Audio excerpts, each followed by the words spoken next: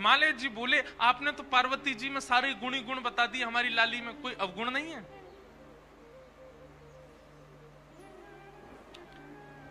तब नारद जी महाराज कहते हैं, शैल सुलक्षण स्तुता तुम्हारी, सुनहु जे अब गुण दोई चारी। दो चार अवगुण हैं, सुन लीजिए। बोले क्या? अगुण अमान मातु पितुहीना, उदासीन सब संशय छीना, जोगी जटिल अकाम मन नगन अमंगल वेश, अस स्वामी एहि कह मिलहि परिहस्त असिरेख। हमने आपकी लाली की हस्त रेखा देख करके दो चार कुछ अवगुण हैं, उनको मैंने पढ़ लिया। आप कह रहे हैं तो मैं आपको बता देता हूं। हिमालय महाराज, नैना देवी थोड़े से संकोच में आ गए। बोले बताइए भगवान। बोले अगुण अमान मातु पितहीना, उदासीन सब संशय छीना। आपकी लाली का जिनसे ब्याह होगा वो कैसे होंगे? बोले अगुण, उनमें कोई गुण नहीं होगा, सारे गुणहीन। जैसे गुण किसे कहते हैं? हमारे दामाद जी बड़े सरल हैं, हमारे दामाद जी बड़े अच्छे हैं, हमारे दामाद जी बड़े बुद्धिमान हैं, हमारे दामाद जी बड़ा मीठा बोलते हैं, ये सारे दामाद के गुण हैं। आपके जो दामाद जी होंगे वो अगुण होंगे, उनमें कोई गुण नहीं होगा। आप किसी दूसरे से कह नहीं सकते कि हमारे दामाद जी में ये गुण है। अगुण और अमान, मान रहित होंगे। कभी अगर दामाद जी आए और आप उनका स्वागत सत्कार नहीं करो तो उनको बुरा नहीं लगेगा, क्योंकि वो अमान है, वो मान रहित है। और तीसरी बात तो ऐसी बताई कि महाराज मैना देवी तो अपने छाती पे हाथ रख के बैठ गई। बोले क्या? मातु पितहीना, आपके जो दामाद जी हैं उनके माता पिता नहीं है। आपके जो दामाद होंगे, मतलब आपकी लाली के सास ससुर नहीं होंगे। आज की कन्या होती तो खुश हो जाती, आज की कन्या होती तो बड़ी प्रसन्न हो जाती, बढ़िया हमारे सास ससुर ही नहीं है, केवल पतिदेव हैं। लेकिन नैना देवी बोली ये कैसा बेटा? बोले फिर ये इसका जन्म कहां से हुआ? बोले कि पूरे विश्व को यही जन्म देते हैं, आपके जो दामाद जी होंगे इनको कोई जन्म नहीं देता। मातु पितहीना, उदासीन सब संशयहीना। उदासीन है, अंतर्मुखी, इसको अंग्रेजी में कहते हैं इंट्रोवर्ट। अपमान सम्मान इनसे कोई, बहुत सम्मान कर दो तो प्रसन्न हो जाए ऐसा भी नहीं है, अपमान कर दो तो बुरा मान जाए, नहीं, कुछ नहीं। दाल रोटी खिला दो तो भी राजी, कुछ मत खवाओ भूखे रखो तो भी राजी। ऐसे उदासीन होंगे आपके दामाद जी। जोगी जटिल अकाम मन नगन अमंगल भेष। नारद जी को इतना सच भी नहीं बोलना था, पहले ही डरा दिए माता पिता इतने। बोले कैसे होंगे? बोले जोगी जटिल, जटिल किसको कहते हैं? बोले बिल्कुल जड़ के भांति जो होता है। अकाम मन, बोले काम दूर दूर तक स्पर्श नहीं करेगा उनको। अकाम मन, कोई कामना नहीं होगी उनके मन में। जिनकी नगरी में आप बैठे हो उनके गुण सुन लीजिए। अकाम मन और नगन अमंगल भेष। सब लोग सावधानी से सुनो। बोले कैसे होंगे जिनसे इनका ब्याह होगा? बोले नग्न, वस्त्र पहना दो तो ठीक, नहीं पहनाओ तो कोई बात नहीं। अमंगल भेष। एक कथा हम एक महात्मा जी से सुन रहे थे।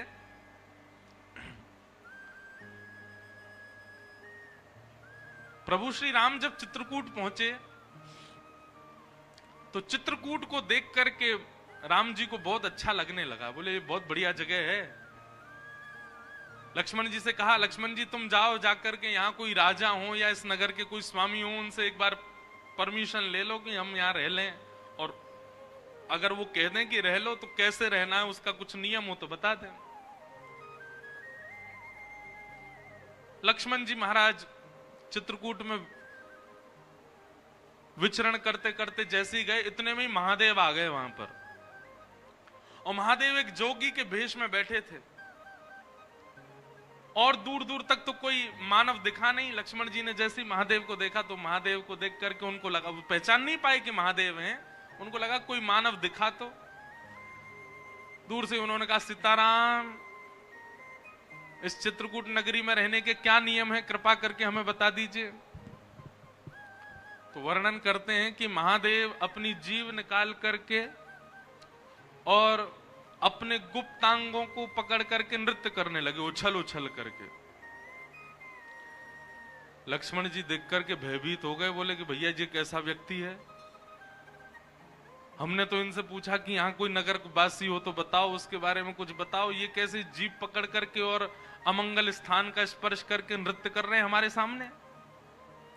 लक्ष्मण जी को क्रोध तो आया कि थोड़ा हम कुछ लड़ाई झगड़ा कर लें, मारपीट करें, तो इस प्रकार से हमारा अपमान कर रहे हैं। पर उन्होंने सोचा कोई नहीं, राम जी से जाके एक बार बता दे। दौड़े दौड़े लक्ष्मण जी आए, बोले पूरे नगर में कोई तो मिला नहीं हमको, एक जोगी मिला। राम जी बोले अच्छा, तो जोगी ने क्या किया? बोले हमने उससे पूछा कि भैया ये नगर में कौन, यहाँ के राजा, यहाँ रहने का क्या नियम? वो तो अपनी जीभ पकड़ करके और ऐसे अपने गुप्त स्थान को पकड़ करके नृत्य करने लगे। राम जी जोर से हंसे, लक्ष्मण जी को हृदय से लगा के बोले, अरे तुमने साक्षात महादेव का दर्शन किया है, साक्षात महादेव है, उनके रूप को पहचानना बहुत मुश्किल है। बोले महादेव थे तो इस प्रकार से कौन नृत्य करता है? राम जी बोले, भैया तुम समझे नहीं, समझदार को इशारा काफी, वो इशारा करके बता रहे थे। उन्होंने कहा कि इस नगरी में यदि रहना है तो सबसे पहले जीव पकड़ी, बोले वाणी वेगम, अपनी जीव को वश में रखना, रसना को वश में रखना, ज्यादा बहुव्यंजन पाने की इच्छा मत रखना। जीव पकड़ करके उन्होंने वह बताया। और दूसरी उन्होंने हमको आज्ञा की है कि भाई वनवासी बने हो, वन में रहने के लिए आए हो, तो अपने काम पर भी विजय प्राप्त कर लेना। इन दो चीजों पर विजय प्राप्त करके वन में रहा जा सकता है, ये संकेत किया है उन्होंने। लक्ष्मण तुम समझ नहीं पाए। लक्ष्मण जी तो बड़े भाव लोग, बताओ महादेव सामने आए, मैं उनको पहचान भी नहीं पाया। राम जी ने दूर से सुनकर के बता दिया कि वो महादेव है। तो ऐसे हैं महादेव। अगर किसी की बहुत प्रबल इच्छा हो कि मैं महादेव का प्रत्यक्ष दर्शन करूं, तो संसारी व्यवहारों से पहले अपने आप को ऊपर ले जाना, क्योंकि महादेव प्रकट होंगे, उनके आव भाव गुण स्वरूप को समझ पाना बहुत मुश्किल है, हर कोई नहीं जान पाएगा। नारद जी महाराज बोले, जोगी जटिल अकाम मन, नगन अमंगल भेष, ऐसा भेष होगा आपके दामाद का। अस स्वामी एहि कह मिलहि परी हस्त अरि रेख, मैंने इनकी हस्त रेखा देख करके ये पहचान लिया है।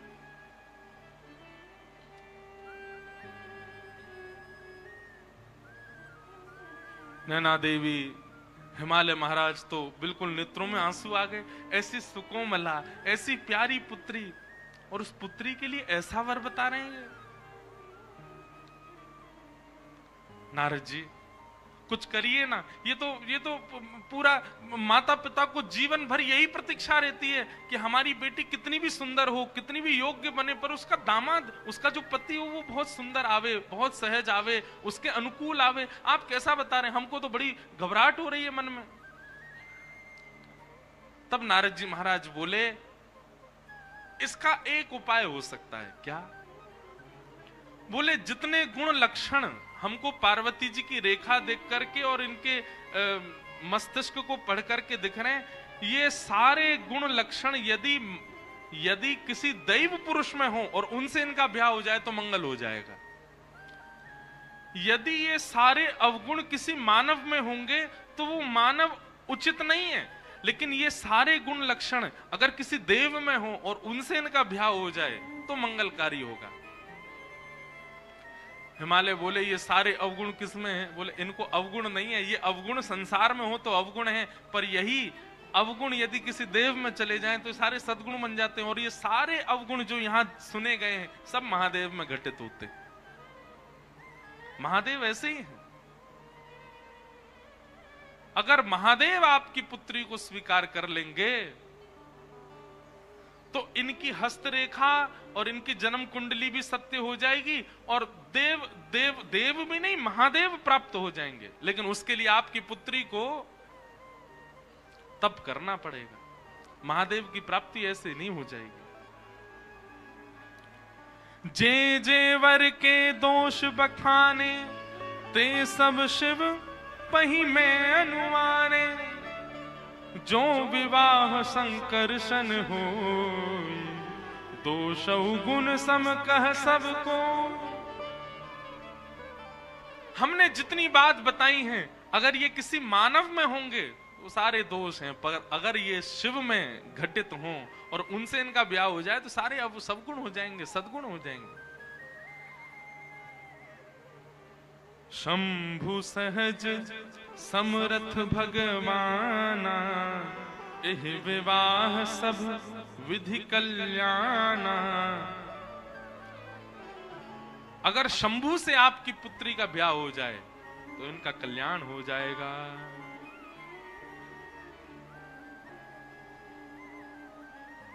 करना क्या होगा?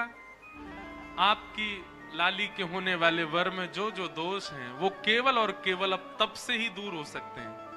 तब से महादेव प्रसन्न होंगे और महादेव ब्याहने के लिए आ गए तो सारे अवगुण सगुण बन जाएंगे। आप जाओ, जाकर के अपनी पुत्री को कहो कि वो तप करना प्रारंभ करे। ये व्रत की जो परंपरा है ये पार्वती जी से ही प्रारंभ हुई है। सुयोग पति की प्राप्ति के लिए जो व्रत किए जाते हैं ये पार्वती जी से ही प्रारंभ हुए।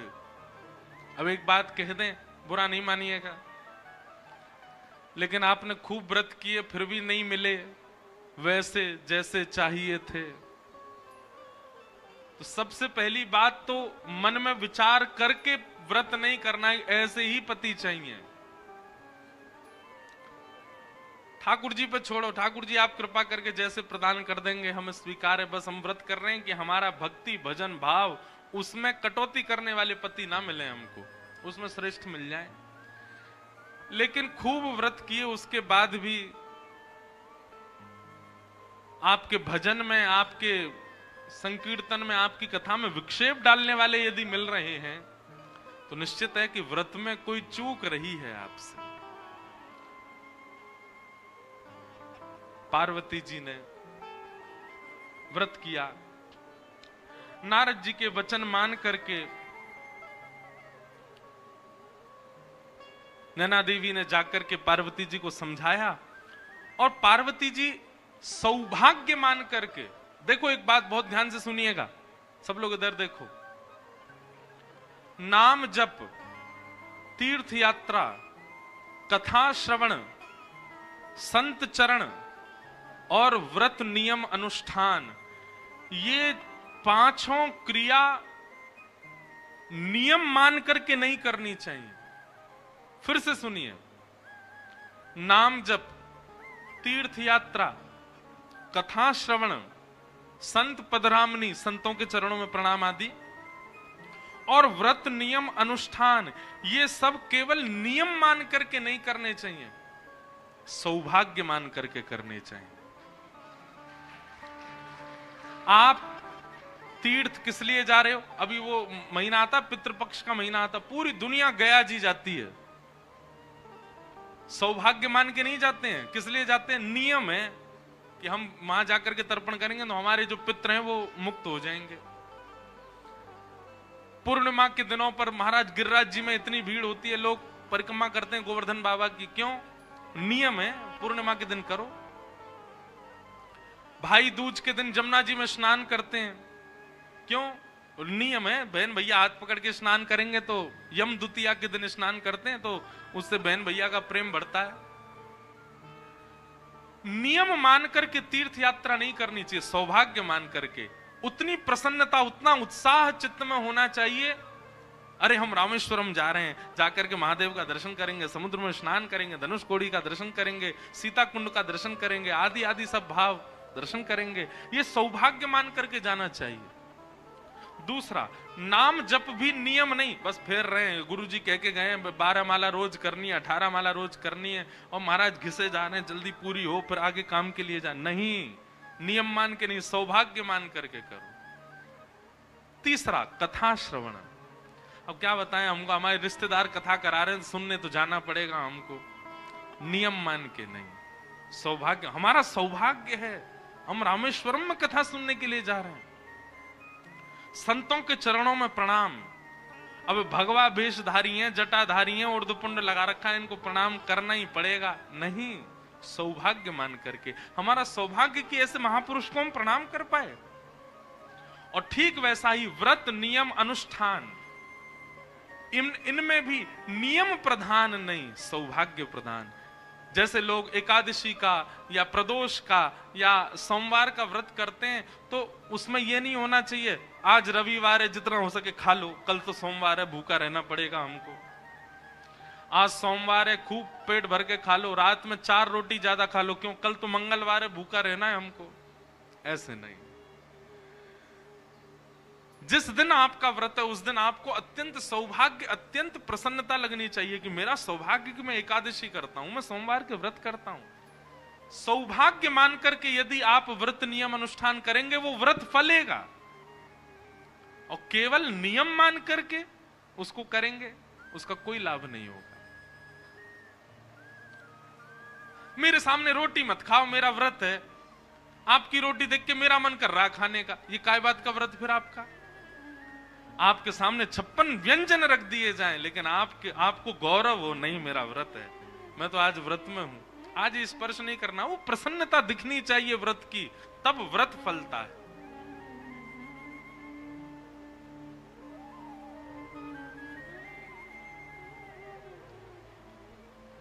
और जैसा तप बता करके गए, उर्धरि उमा प्राणपति चरणा, जाई विपिन लगी तप करना। पार्वती जी अपने हृदय में श्री महादेव का चिंतन करके निकल पड़ी हैं तप करने के लिए।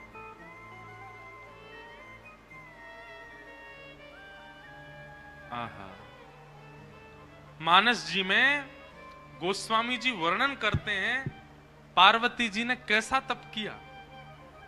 बोले, अस तप काहू न कीन भवानी, ऐसा तप आज तक किसी ने किया ही नहीं।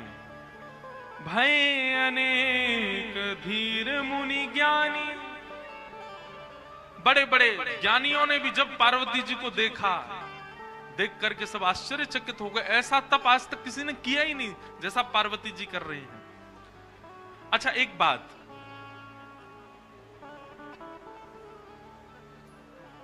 अब व्यवस्था में तप करना, जैसे कि पार्वती जी अत्यंत रूपवान हैं, पार्वती जी के पिता अत्यंत संपन्न हैं, जन्म से ही लाड़ प्यार और सब प्रकार की अनुकूल परिस्थितियां पार्वती जी ने देखी हैं, और उसके बाद में इस प्रकार का तप कर रही हैं, ये आश्चर्य की बात है। और जिस व्यक्ति ने बचपन से ही कुछ देखा ही नहीं, बिल्कुल अभाव ही देखा, वो तप कर ले तो कोई बड़ी बात नहीं, उसने बचपन से ही तप किया है। लेकिन पार्वती जी, उन्होंने तो जीवन में अभाव देखा ही नहीं है, और आज वे जाकर के तप कर रही हैं, तो उनका तप अति विलक्षण है। आहा,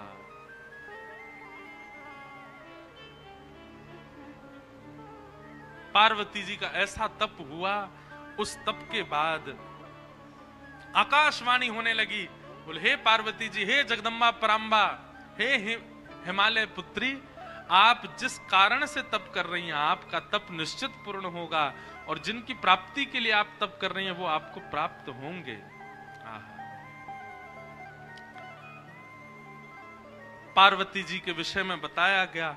और अब यहां महादेव की स्थिति सती जी के जाने के बाद की बता रहे हैं।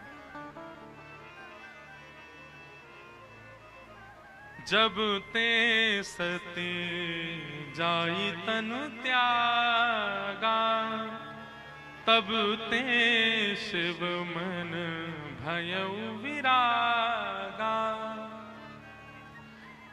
एक तो महादेव पहले से ही वैराग्य रूप में रहते हैं, लेकिन सती के प्राण त्यागने के बाद अब महादेव और बीतराग हो गए और वैराग्य में आ गए। जपहि सदा रघुनायक नामा, जहां तहां सुनहि राम गुण ग्रामा। राम जी का स्मरण करते हैं और जहां भी कथा होती है महादेव बिन बुलाए पहुंच जाते हैं और पूरी कथा श्रवण करते हैं, केवल राम राम राम चिंतन करते हैं। ऐसे बीतराग, ऐसे वैराग्य में महादेव जाते चले गए। ऐसे ही चलते चलते चलते बहुत समय निकल गया। बंधुओं, गोस्वामी जी महाराज आगे जो वर्णन कर रहे हैं उस भाव को पढ़कर के एक मन में भाव आता है। हम भजन की श्रेष्ठता किसमें मानते हैं? हम भजन की श्रेष्ठता मानते हैं कि हमारे भजन से हम जिसका भजन कर रहे हैं वो प्रकट हो जाए। हम इसी को भजन की श्रेष्ठता मानते हैं। राम जी का इतना स्मरण किया, इतना ध्यान किया महादेव ने। प्रगटे राम कृतज्ञ कृपाला, प्रगटे राम कृतज्ञ कृपाला। कैसा रूप? रूपशील निधि तेज विशाला, रूपशील निधि तेज विशाला। बहु प्रकार शंकरी सराहा, बहु प्रकार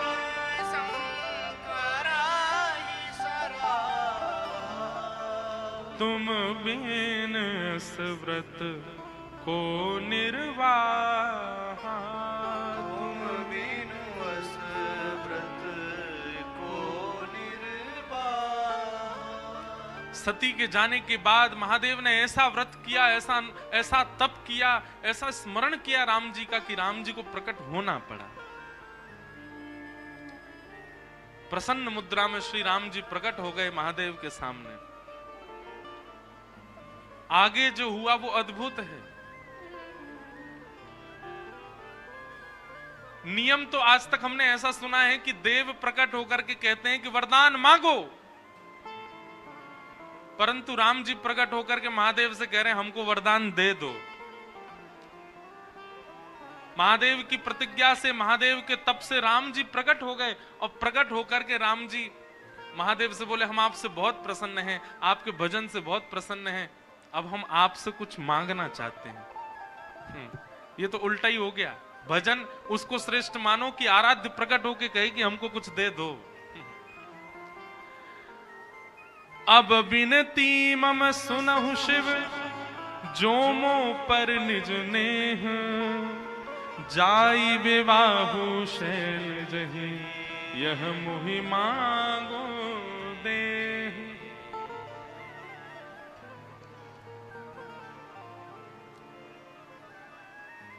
कितनी अच्छी बात।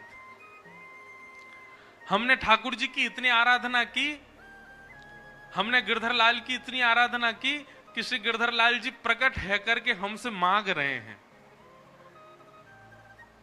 परब्रह्म देने के लिए संसार को आते हैं, पर जब प्रेम से कोई पुकारता है तो परब्रह्म देने नहीं आते, मांगने आते हैं। कुछ मांगो। राम जी मांग रहे हैं, हे शंकर जी आपने इतनी तपस्या की, मैं बहुत प्रसन्न हूं, अब मुझे कुछ दे दीजिए। शंकर जी हंसने लगे, बोले क्या आपको क्या दूं, आपके पास तो सब कुछ है। बोले बस हम कुछ मांगना चाह रहे हैं, वो हमको दे दीजिए। बोले क्या चाहिए? बोले जाई विवाहु शैलजा, हिमाचल की पुत्री, हिमालय की पुत्री पार्वती जी से आप जाकर के विवाह करो। बस यही वरदान हमको दे दीजिए कि हम इन नेत्रों से आपका विवाह देखना चाहते हैं, आप जाकर के विवाह कीजिए। शंकर जी जैसे ही राम जी के वचन सुने वचन सुनकर के शंकर जी ने कोई दूसरा विचार मन में आया नहीं। मात पिता गुरु प्रभु की वाणी विनहि विचार करिए शुभ जानी। गोस्वामी जी कहते हैं माता पिता गुरु की आज्ञा का पालन करना एक बात है, पर माता पिता गुरु की आज्ञा को शुभ जान करके पालन करना ये विशेष बात है। पिताजी कह रहे हैं ऐसा करो, मां कह रही है ऐसा करो, गुरु कह रहे हैं ऐसा करो, अब उनने कहा है करना तो पड़ेगा। वो आपको भार नहीं लगना चाहिए कि माता पिता ने कहा मुझे करना पड़ेगा। यहां पर एक शब्द जोड़ दिया गया, शुभ जानी। मां यदि कह दे ऐसा करो तो उसमें अपना शुभ ही जानिए कि नहीं ऐसा करूंगा तो ही मेरा शुभ होगा। पिता ने ऐसा कहा, वो करने में आपका ये भाव होना चाहिए मेरा शुभ ही होगा, और उस क्रिया को कर दीजिए। कई बालक हमारे पास आते हैं, वो आके कहते हैं हमने पिता की आज्ञा मानी और आज पिता की आज्ञा मानने का ये परिणाम कि हम पीछे रह गए, हम ये नहीं कर पाए, हम वो नहीं कर पाए। शास्त्र कहते हैं कि माता पिता की आज्ञा मानो, हमने तो मानी थी पर हम तो पीछे रह गए, हम तो कुछ कर ही नहीं पाए। इसीलिए गोस्वामी जी ने एक शब्द जोड़ दिया, मात पिता गुरु प्रभु की वाणी मानिए, पर कैसे? बिना ही विचार, उस पर विचार नहीं होना चाहिए। करिए शुभ जाने, उसको शुभ जान करके करो।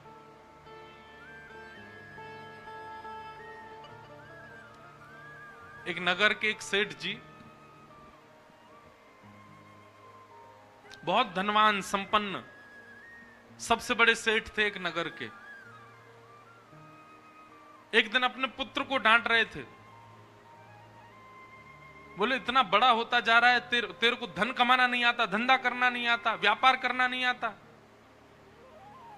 अरे बुद्धिमान व्यक्ति होता है, शुद्धि व्यक्ति होता है तो मरे हुए चूहे से भी धन कमा लेगा, और तेरे लिए सब कुछ बना के खड़ा कर दिया, अब भी तू इसका व्यापक नहीं कर पा रहा, इसको और विस्तृत नहीं कर पा रहा। तभी सेठ जी के घर में काम करने वाली एक उनका बेटा भी वहीं खड़ा था। सेठ जी की बात सुन रहा था। सेठ जी कह रहे थे, बोले विवेकी व्यक्ति मरे हुए चूहे से भी धन कमा लेगा। काम करने वाली के पुत्र ने मन में विचार किया, इतने बड़े नगर के सेठ, इतने धन कमाने वाले सेठ जी कह रहे हैं मरे हुए चूहे से धन कमाया जा सकता है, तो जरूर इनकी बात में सत्यता होगी। उस बालक ने क्या किया, संकेत ही कर रहे थे, मरा हुआ चूहा कहीं पड़ा था। उस बालक ने वो चूहा उठा लिया, दासी के पुत्र ने, और उस पर विचार नहीं किया कि इससे पैसा कैसे कमाना है। सेठ जी ने कहा इससे पैसा मिलेगा तो मिलेगा, और लेकर के चूहा वो चलने लगा। हम आपको ये बात बताना चाह रहे हैं कि बड़े जनों की बात पर अगर आप बिना विचार किए केवल विश्वास कर लेते हैं तो उसका परिणाम क्या होता है। दासी पुत्र चूहा लेकर के आगे जाने लगा। इतने में आगे से एक और सेठ जी आ रहे थे, उनकी बेटी साथ में थी। बेटी की गोद में बिल्ली लगी थी, और बिल्ली जो है वो खोंचा मार रही थी, भूख लग रही थी उसको। बेटी ने अपने पिता से कहा, मेरी बिल्ली बहुत भूखी है, देखो अब जल्दी घर पहुंचना है पिताजी, ये बहुत खोंचा मार रही है मुझे। तभी देखा सामने से एक छोटा सा बालक हाथ में मरा हुआ चूहा लेके आ रहा है।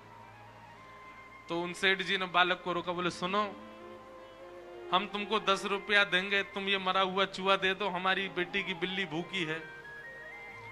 और जेब से 10 रुपया निकाल के बालक को दे दिए, मरा हुआ चूहा बिल्ली खा गई।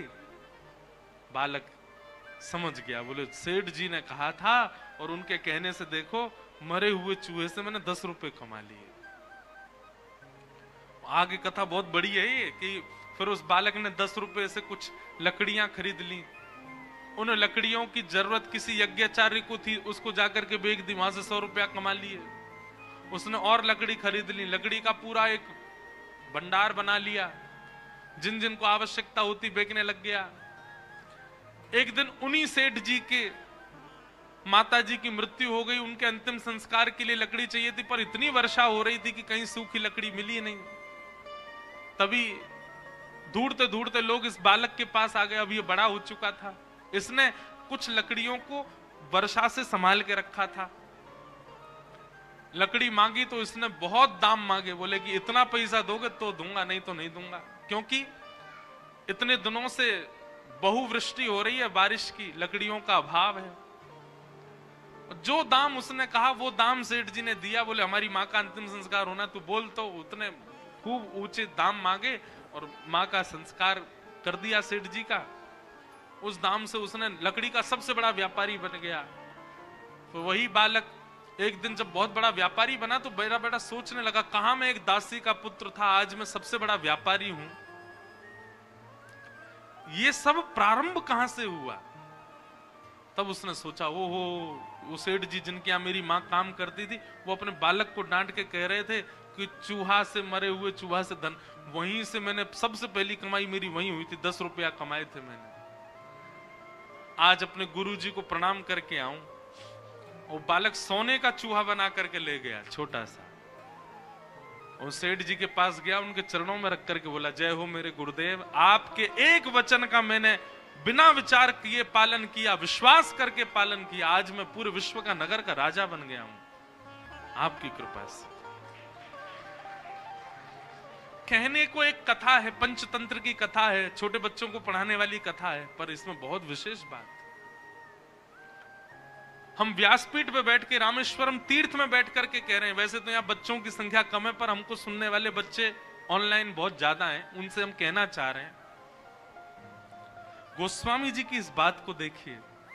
मात पिता गुरु प्रभु की वाणी, विनही विचार करिए शुभ जानी।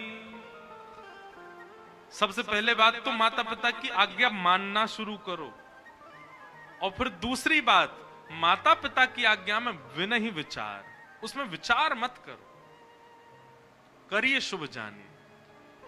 अरे जिन राम के देश में हम रहते हैं, दशरथ जी की आज्ञा मान करके तुरंत चल दिए, पिता आज्ञा प्रधान है, निकल पड़े। और पिता की आज्ञा मान करके राम जी वन गए तो राम जी बन गए। आज राम बन गए, आज सब राम जैसा बनना चाहते हैं। इसलिए कई बार आपको लगेगा कि माता पिता की बातें आपके लिए अनुचित हैं, वो उचित नहीं है।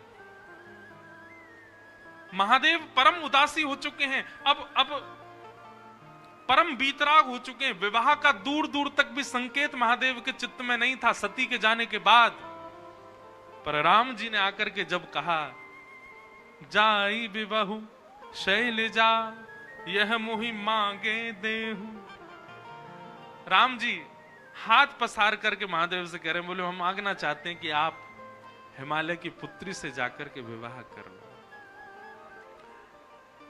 सुनते ही महादेव खड़े हो गए, बोले आपकी जो आज्ञा, आप जो कहेंगे करेंगे, उसमें कोई किंतु परंतु वाली बात नहीं, हम करेंगे विवाह।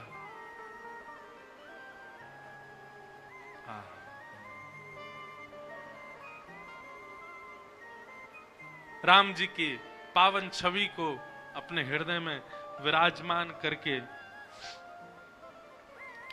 राम जी की आज्ञा मानने को स्वीकार हो गए महादेव। सप्त ऋषियों को बुलाया और सप्त ऋषियों को बुला करके कहा कि राम जी ने एक कन्या ढूंढी है हमारे लिए, हिमालय की पुत्री है, आप जाकर के उसकी प्रेम की परीक्षा लेकर के आओ, कैसी है। सप्त ऋषियों को भेजा। आहा, सप्त ऋषि हिमालय की उस कंदरा में गए जहां पार्वती बैठ करके तपस्या कर रही थी। ऋषि ने गौरी देखी तह कैसी, मूर्ति मंत तपस्या जैसी।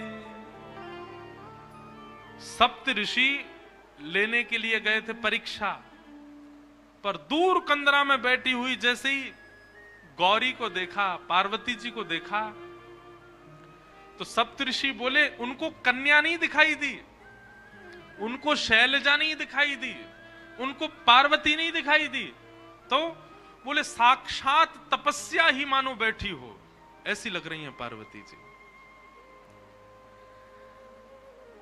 जिन महादेव, अच्छा एक बात बोले, महादेव को आज भी प्राप्त करना तपस्या से कम नहीं है।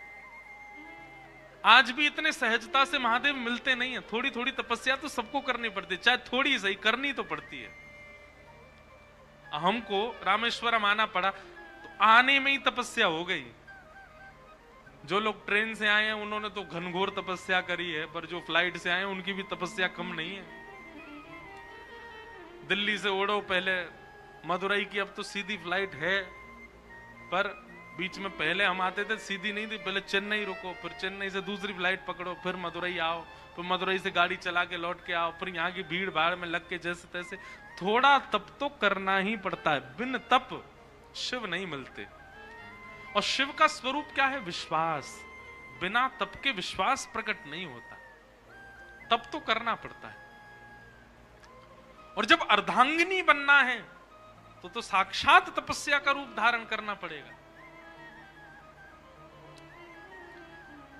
सप्त ऋषियों ने जाकर के जैसे ही पार्वती जी को देखा तो कहने लगे, बोले कि ऐसा लगा ही नहीं कि कोई स्त्री बैठी है, कोई कन्या बैठी है, कोई गौरी बैठी है, कोई हिमालय की पुत्री, ऐसा लगा साक्षात तपस्या ही बैठी है।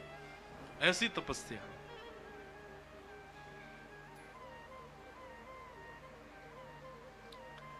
सप्त ऋषियों ने पहले तो देख करके आनंदित हो गए, लेकिन कहा कि महादेव की आज्ञा है,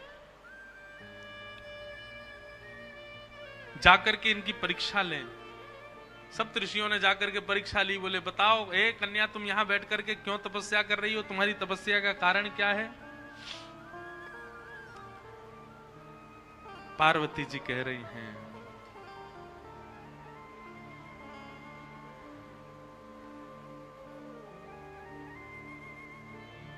मेरे गुरु नारद ने आकर के जिनके वरण के लिए मुझे आज्ञा की है, मैं उन्हीं महादेव की प्राप्ति के लिए यहां तप कर रही हूं,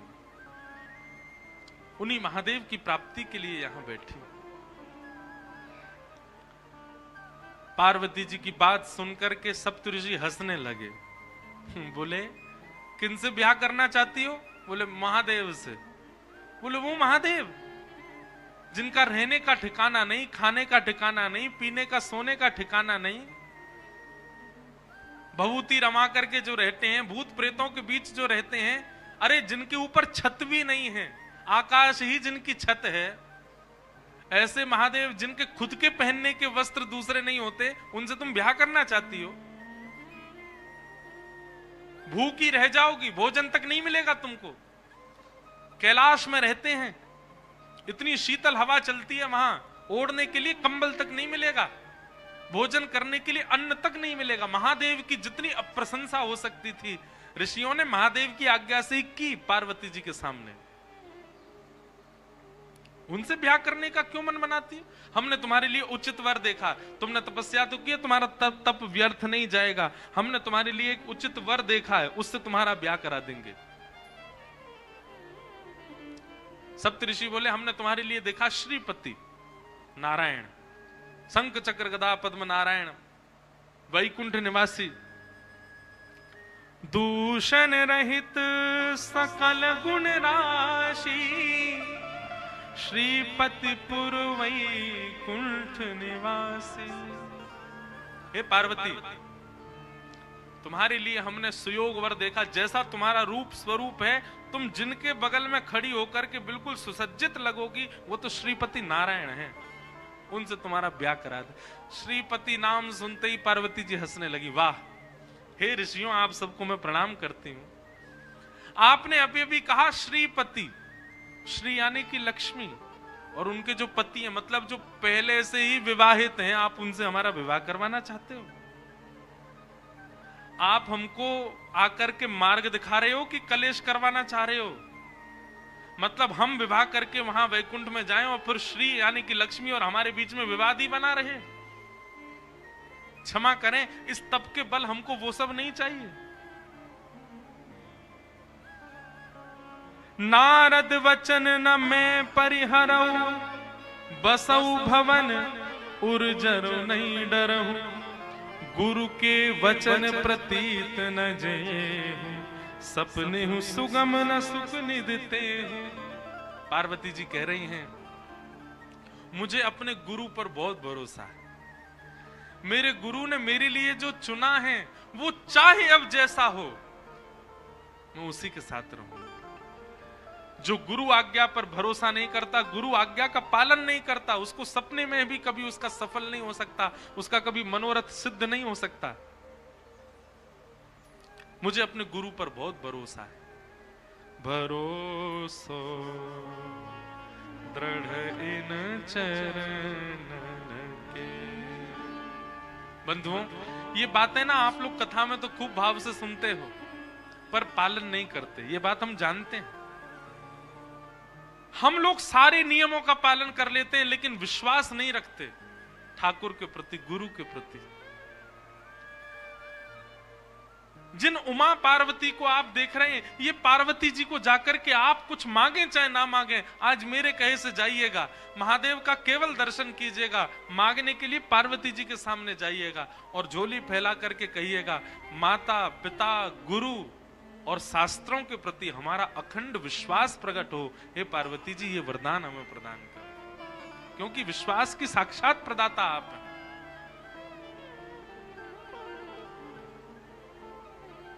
आजकल की माता जी होती तो अब तक सप्त ऋषियों की बात सुनकर के श्रीपति से ब्याह कर लिया होता। आजकल की माता जी तो ये सोचती है ठीक है, श्री को हम देख लेंगी, हम ही अधिपत्य संभालेंगे वैकुंठ में, ऐसे के संग थोड़ी रहेंगी जिसकी इतनी निंदा कर रहे हैं सब लोग। अरे कहां तक कहें, पार्वती जी ने पहले तो गुरु विश्वास को अटल दिखाया कि मेरे गुरु के प्रति भरोसा है, वो जैसे भी चुन के लाएंगे मैं उनसे ब्याह करने को तैयार हूं। रास पंचाध्यायी के प्रणय गीत में गोपियां भी यही कहती हैं ठाकुर जी से, क्या अब भले ही आप हमें स्वीकार ना करो पर हम तो अब जन्म जन्म आपकी ही रहेंगे। पार्वती जी कह रही हैं कि अब ये मेरा हट है कि या तो मैं शिव से ब्याह करूंगी नहीं तो कुंवारी रहूंगी। नारद जी की बात को मैं काट नहीं सकती, वे कह करके गए हैं तो मैं उनकी बात का मान रखूंगी और शिव से ब्याह करूंगी। और यद्यपि अभी सप्तऋषि आए हैं, इसके बाद यदि स्वयं महादेव भी आकर के मेरे सामने कह दें कि मैं तुम्हारा वर्ण नहीं कर सकता, मैं उनकी बात भी नहीं मानूंगी। वो भले ही मुझे स्वीकार ना करें पर मैं मन से केवल उन्हीं की रहूंगी।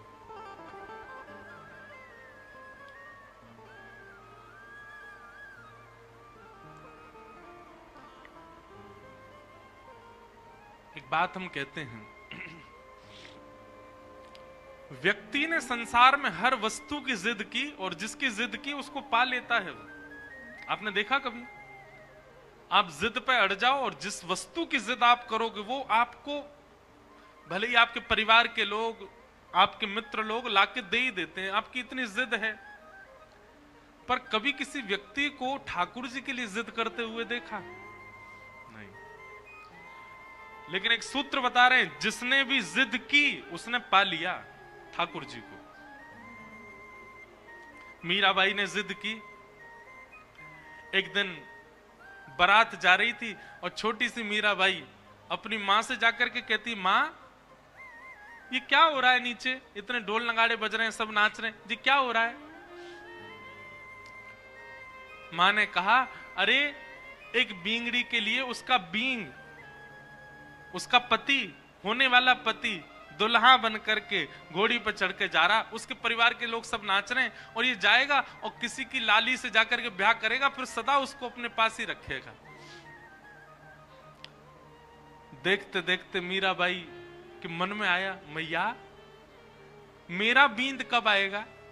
छोटी सी मीरा, मेरे पति कब आएंगे? और मेरे पति कौन है? मेरा बींद कैसी बारात लेके आएगा? उसकी बारात में कैसे लोग नाचने वाले होंगे? बड़ी माताएं बहनें सब हंसने लगी। अरे मीरा, तू तो छोटी सी, कैसा हट करती है, अभी तो बहुत समय तेरे ब्याह में। मां जाकर के रसोई घर में काम करने लगी। अब मीरा जाकर के द्वार पर खड़े होकर बोले, मां बताओ ना मेरे बींद कौन है, वो कब आएंगे? मां कुछ और काम करने चली जाए, मीरा पीछे पीछे, मां बताती क्यों नहीं मेरे बींद कौन है, उनका स्वरूप कैसा होगा, वो कब आएंगे मुझको लेने? कक्ष में बैठ करके कपड़े सवार रही हैं मां। मीरा आकर के रोने लग गई, बोले आप बताती क्यों नहीं हो, मेरे बींद कौन है?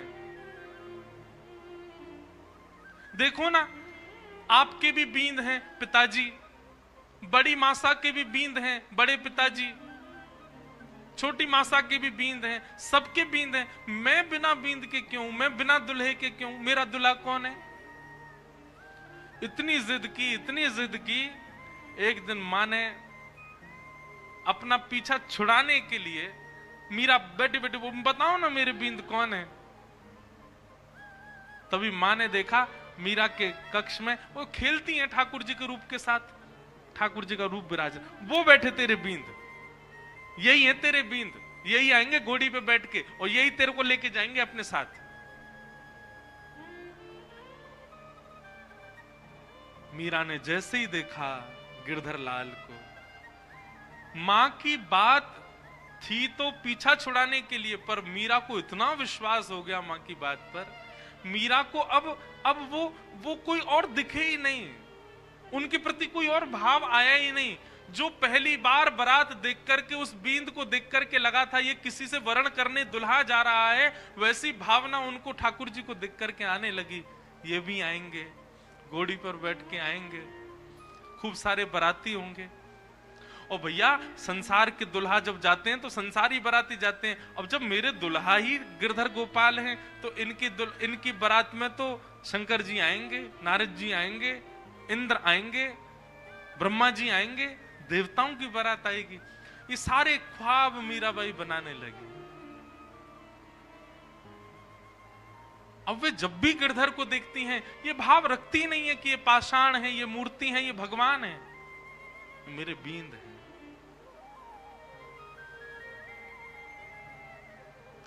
कुंवर भोजराज के साथ जब विवाह निश्चित कर दिया घर के लोगों ने,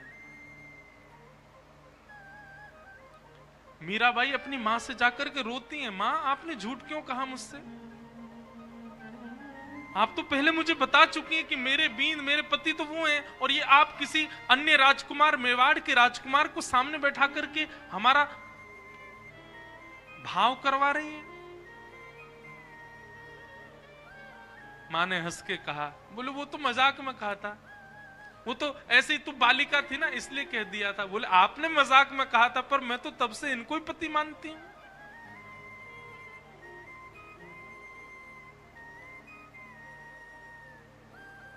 मीराबाई ने भोजराज से इस बात को स्पष्ट कर दिया विवाह से पहले ही, क्षमा करिएगा पर परिवार के लोग कह तो नहीं कि मैं आपसे विवाह करूं, पर मेरा विवाह हो चुका है गिरधर गोपाल के साथ, और हठ पूर्वक राजवंश की कन्या हूं। मेरा विवाह यदि आपसे करा भी दिया गया तो एक पत्नी जो क्रिया पति के लिए करती है, भोजन बनाना, उसका ध्यान रखना, उसके साथ रहना, उसके वंश का वर्धन करना, ये सब मैं नहीं कर पाऊंगी। मैं इस योग्य नहीं हूं, मैं इस लायक नहीं हूं, मैं आपको पहले ही बता रही हूं, ताकि आप ही मना कर दीजिए कि मुझसे आपका ब्याह हो।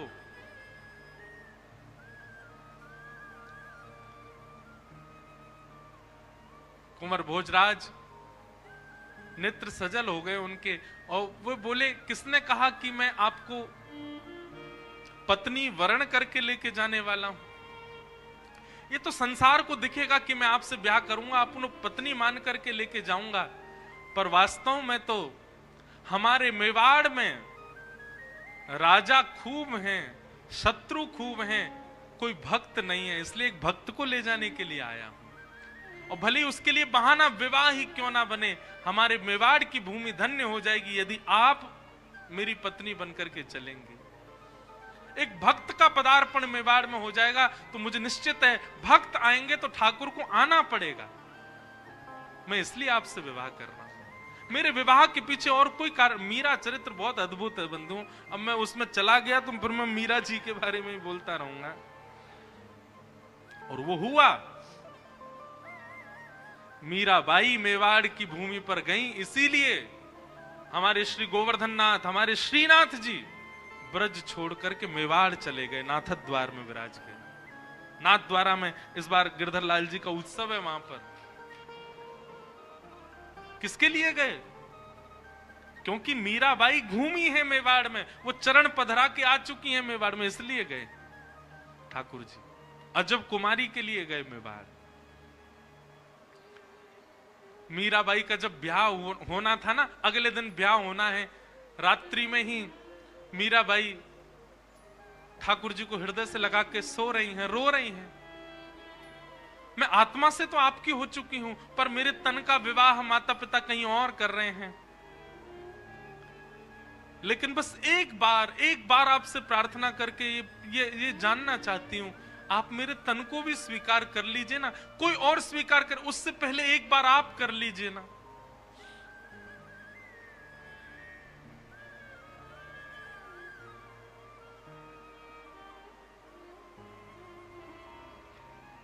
प्रातःकाल जिस दिन विवाह मीराबाई का होना था, मां ने जैसे ही जाकर के मीरा के कक्ष को खोल करके देखा, मीराबाई 16 श्रृंगार करे सोई हुई हैं।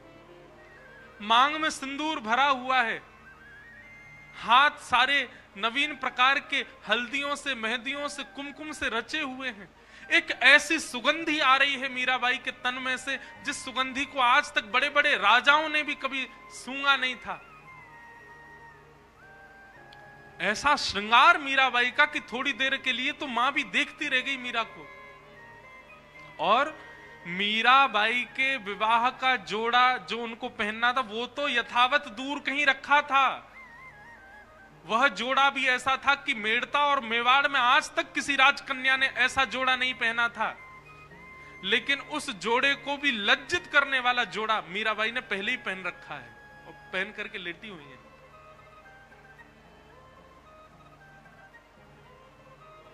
मां ने जाकर के मीराबाई को उठाया, मांग में सिंदूर, पैरों में महावर लगे हैं, एक नया जोड़ा पहन रखा है, गले में मंगलसूत्र, विवाह हो गया मीरा का, मानो इस अवस्था में पड़ी है। जैसे ही होश में आई, उठी मीराबाई। मां ने पूछा, मीरा ये तुम क्या कर रखा है, तेरे मांग में सिंदूर कहां से आ गया? अपने वस्त्र से मिटाने लगी। मीराबाई ने हाथ पकड़े, नहीं मां ये मत करो। पैर के महावर छुटाने लगी, हाथ की हल्दियां मिटाने लगी। मीराबाई अपने आप को समेट के किनारे ले गई, मां ये सब मत करो। मैंने कहा था ना, गिरधर गोपाल मेरे पति हैं और मेरा उनसे ब्याह हो गया, कल मेरा ब्याह हो गया। मीराबाई की मां कहती हैं, फालतू बातें मत कर, तेरा ब्याह हो गया। अरे ब्याह हुआ, किसी ने देखा? केवल अपनी मन की बातें बोलती रहती है। किसी ने देखा तेरा ब्याह? मीराबाई कहती है, संसार के ब्याह को तो 10 लोग, 50 लोग, 100, 200, 1000 लोग देखते होंगे, मेरे ब्याह को तो 56 करोड़ देवताओं ने देखा। 56 कोटा जना पधार्या। मेरे पतिदेव की बारात में 56 करोड़ बाराती आए थे। 56 कोटा जना पधार्या, दुल्हो श्री ब्रजनाथ। दुल्हा बनकर के मेरे ठाकुर जी आए थे, मेरा ब्याह हो गया। अब मां, ये तन, ये मन, ये आत्मा सब कृष्ण की हो चुकी है। अब मुझे इसके लिए कोई और परवाह, अब तुम चाहे जहां मुझे भेज दो, मेरा ब्याह तो हो चुका है। अब ब्याह का केवल आप नाटक करके भले ही मुझे कहीं भेज दो, मेरा ब्याह हो चुका है। अब मुझे कोई परवाह नहीं। ब्याह के दिन कन्या इतनी उदास रहती, पर मीराबाई आज बड़ी प्रसन्न है। विदाई में रोई भी नहीं मीराबाई। क्यों? प्रसन्नता है, कृष्ण से मेरा ब्याह हो गया।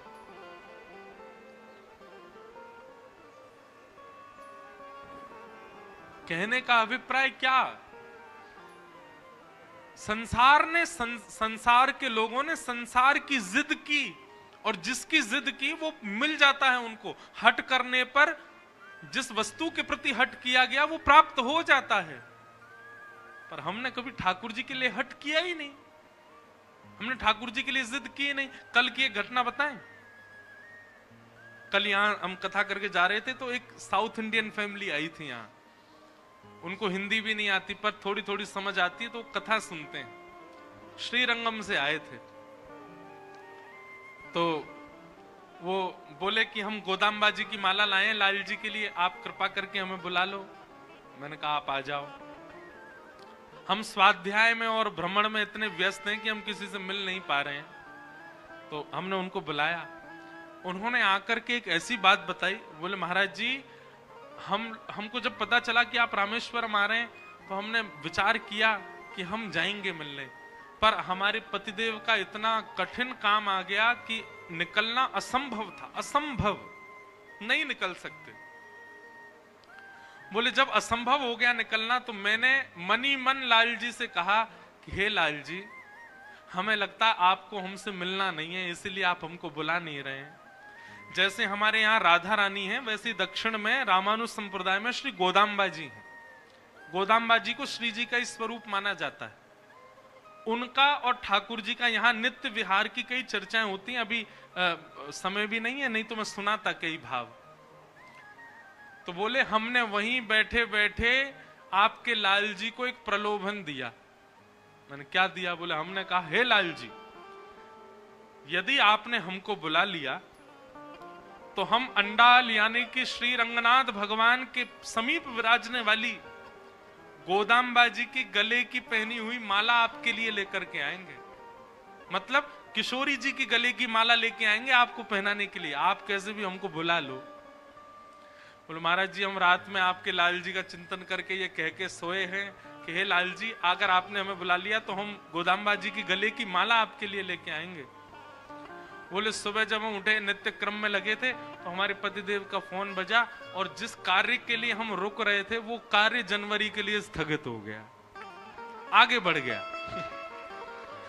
और बोले पतिदेव हमारे इतने बोले देखो लाल जी ने तुम्हारी सुन ली, हमारा कार्य 1 महीना टल गया, अब हम जा सकते हैं रामेश्वरम। बोले हम तुरंत मंदिर गए, गोदाम्बा जी की माला लिए और माला लेकर के आए। हमने कहा पहना दो लाल जी को। फिर गिरधर लाल जी ने वो माला स्वीकार की।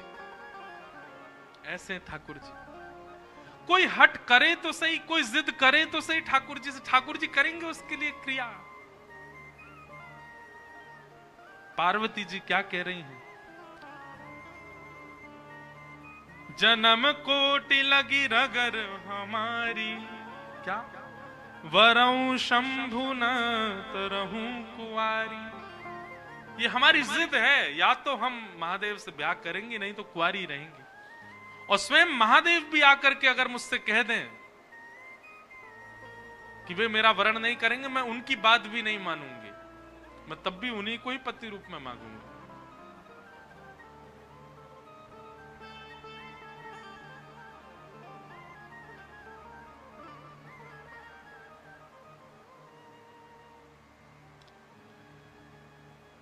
सप्त ऋषियों के पैरों में पड़ गई पार्वती जी और पैरों में पड़ करके बोली अब हम आपसे प्रार्थना कर रही हैं कि आप सब हमको जिद करके हमारे तप को रुकवाइए मत, आप सब लोग अब प्रस्थान करो। उसी काल में बंधुओं एक तारकासुर नाम का एक दैत्य था जिसने देवताओं की नाक में दम कर रखा था, देवताओं का वध करने के लिए तत्पर हो रहा था। सबने जाकर के पूछा कि ये तारकासुर मरेगा कैसे?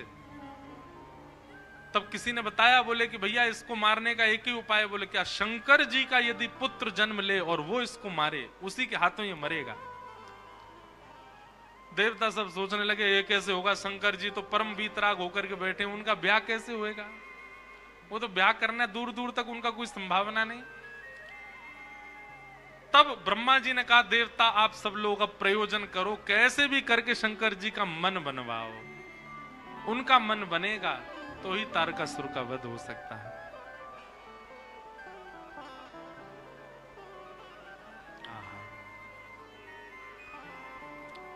ये अमर है, ये ऐसे नहीं मरेगा, महादेव के पुत्र से ही इसका वध संभव है।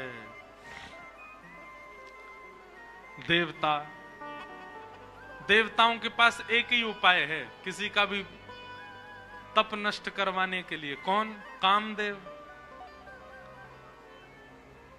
सब देवता कामदेव के पास गए। पठहु काम जाई शिव पाही, करे क्षोभ शंकर मनु माही। तब हम जाई सिवहि शिर नाई, करवाऊ विवाह बरियाई।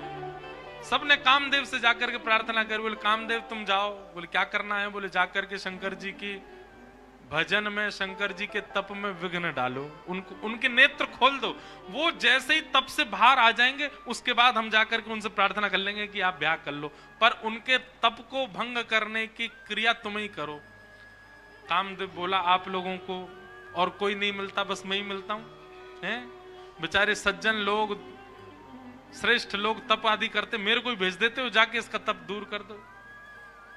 देवता सब कहने लगे हम देवता, तुम ये सोचो ना, तुम्हारा बलिदान 33 कोटि देवताओं का लाभ करता है, पूरे ब्रह्मांड का लाभ करता है। एक बात कहते हैं बंधुओं, बुरा नहीं मानिएगा, काम दैत्य नहीं है, काम देव है। उसको दैत्य हम लोगों ने बनाया है, उसकी दैत्य के प्रकार आराधना करते हैं। अब जैसे कि महादेव की आराधना का नियम है, जल चढ़ाओ, बिल्व पत्र चढ़ाओ, धतूरा चढ़ाओ, पुष्प चढ़ाओ, गंगा जल चढ़ाओ, ये नियम है। अब इस नियम से परे जाकर के यदि महादेव की आराधना करेगा तो महादेव उसका सर्वनाश करेंगे कि नहीं? ऐसी काम की भी आराधना का नियम है। लोग उसको विपरीत प्रयोग ले लेते हैं काम का, इसीलिए काम सर्वनाश करता है, बुद्धि का, मति का, जीवन का। काम देव है, उसको देव की तरह भजो।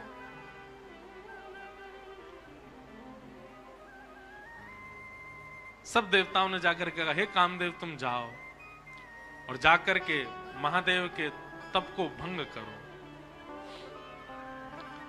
कामदेव बोले आप लोगों का कार्य सिद्ध होगा तो मैं चला जाता हूं। आहा, कामदेव और जगह तो बड़े सूक्ष्म रूप में जाता है, परंतु जब पता चला कि हमारे यजमान ही महादेव हैं तो प्रचंड रूप धारण करके गया। और प्रचंड रूप कैसा धारण किया? सबके हृदय मदन अभिलाषा, लता निहारी न वही तरु शाखा, नदी उमगी अम्बधु कहु धाई, संगम करहि तालाब तलाई। अरे महाराज, कामदेव केवल चैतन्य के अंदर आ गया नहीं, जड़ में भी काम प्रकट हो गया। ऐसा कामदेव ने आकर के आक्रमण किया पृथ्वी पर। वृक्षों से लताएं लिपटने लगी, वहां भी काम का दर्शन होने लगा। तालाब तलाइयों से जाकर के मिलने लगे, वहां भी काम का दर्शन। नदियों की गति इतनी तीव्र हो गई, सब जाकर के समुद्र से मिलने लगी। आकाश पृथ्वी से मिलने के लिए उतावले होने लगे। पृथ्वी अपने आप को जगह जगह से उच्छलित करने लगी, उठने लगी, आकाश से मिलने के। सब काम में हो गया। पशु पक्षी नभ जल थल चारी, भय काम वश समय विसारी। सब काम, जिस जगह देखो वहीं काम का दर्शन हो रहा है। पशु पक्षी आपस में लगे हैं, सब प्रकार के भाव सब जगह प्रकट हो रहे हैं। मदन अंध व्याकुल सब लोका, निश दिन नहीं अब लोक ही को का।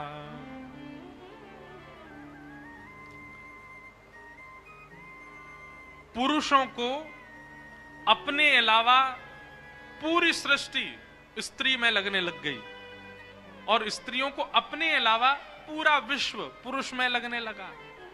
और काम की ज्यादा व्याख्या करनी नहीं है, पर बस हम ये इसलिए कर रहे हैं, जिन महादेव को आप दर्शन करते हो ऐसी स्थिति में भी डगमगाए नहीं, अपने ध्यान में बैठे रहे।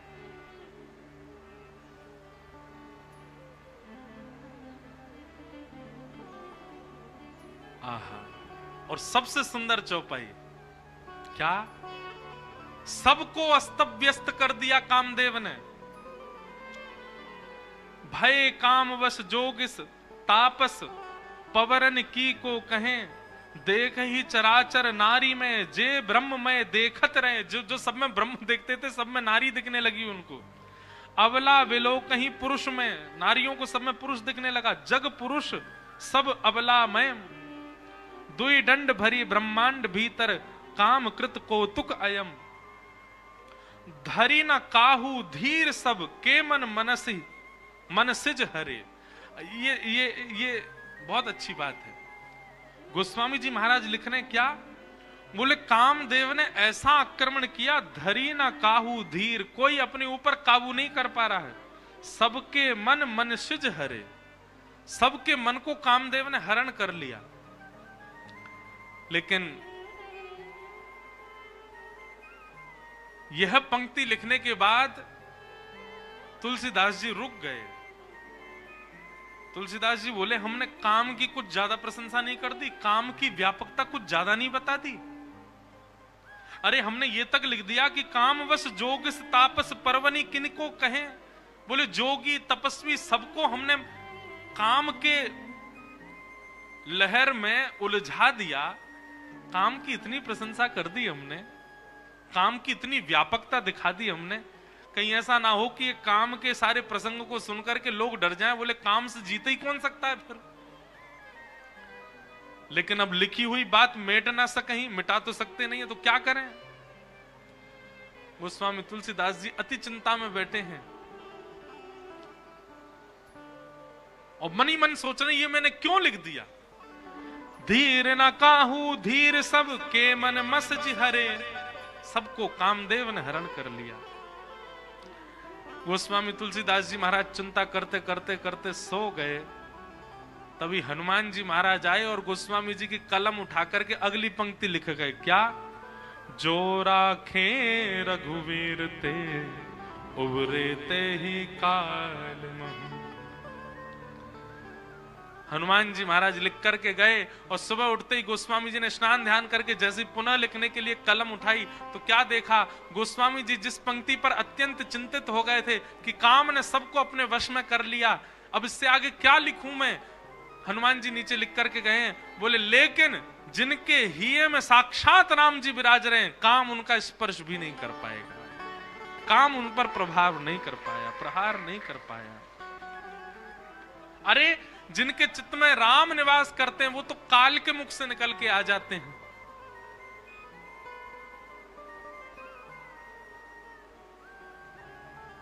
काम कैसे आक्रमण करे।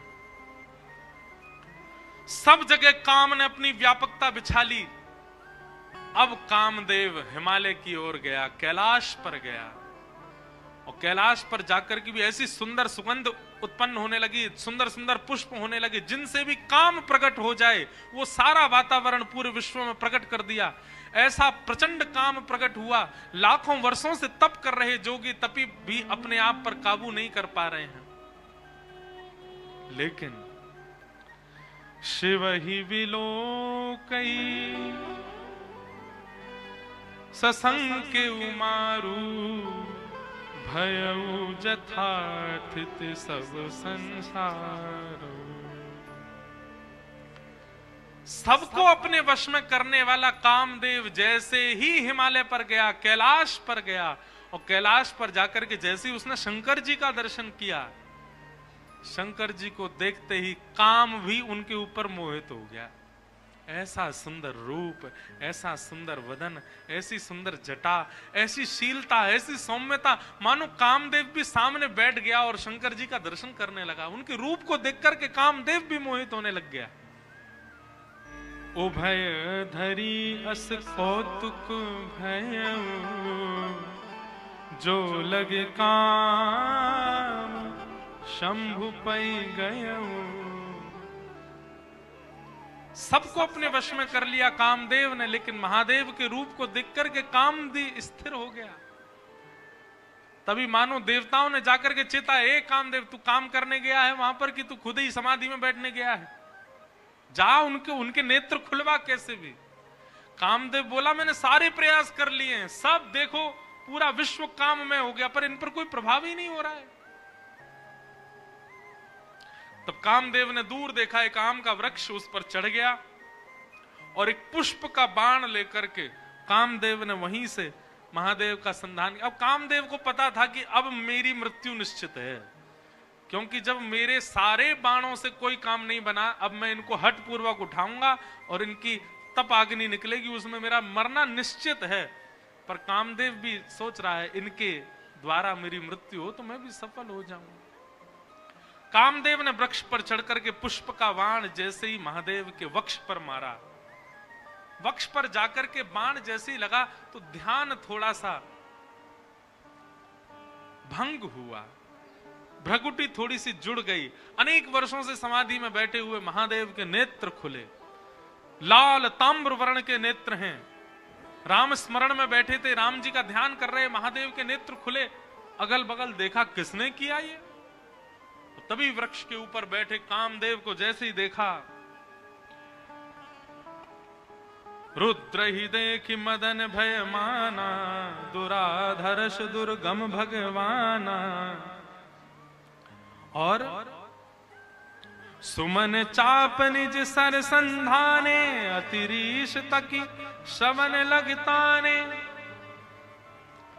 तब शिव तीसर नयन उघारा, चितवत काम भयउ जरि छारा। जैसे ही कामदेव को देखा, तीसरा नेत्र खुल गया महादेव का, और तीसरा नेत्र खुलते ही अग्नि प्रज्वलित हो गई, कामदेव जल करके वहीं भस्म हो गया। बोलो रामेश्वर भगवान की। कामदेव जल करके नष्ट हो गया, हाहाकार मच गया। देवता बोले, हमने तो नेत्र खुलवाने भेजा था, ये तो कामदेव का बदई हो गया। ब्रह्मा जी बोले, कोई बात नहीं, आंख तो खुल गई, अब संभाल लेंगे। रति ने जाकर के, कामदेव की पत्नी ने जाकर के प्रणाम करके कहा, भगवान आपने मेरे पति को क्यों मारा? वो तो देवताओं के कार्य की सिद्धि के लिए आया था।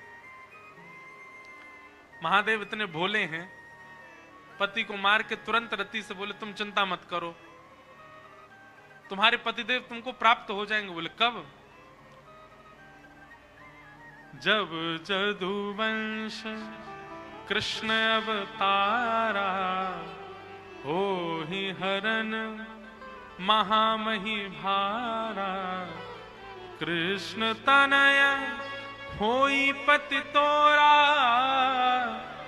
अन्यथा होई वचन अन्यथा होई ना मोरा।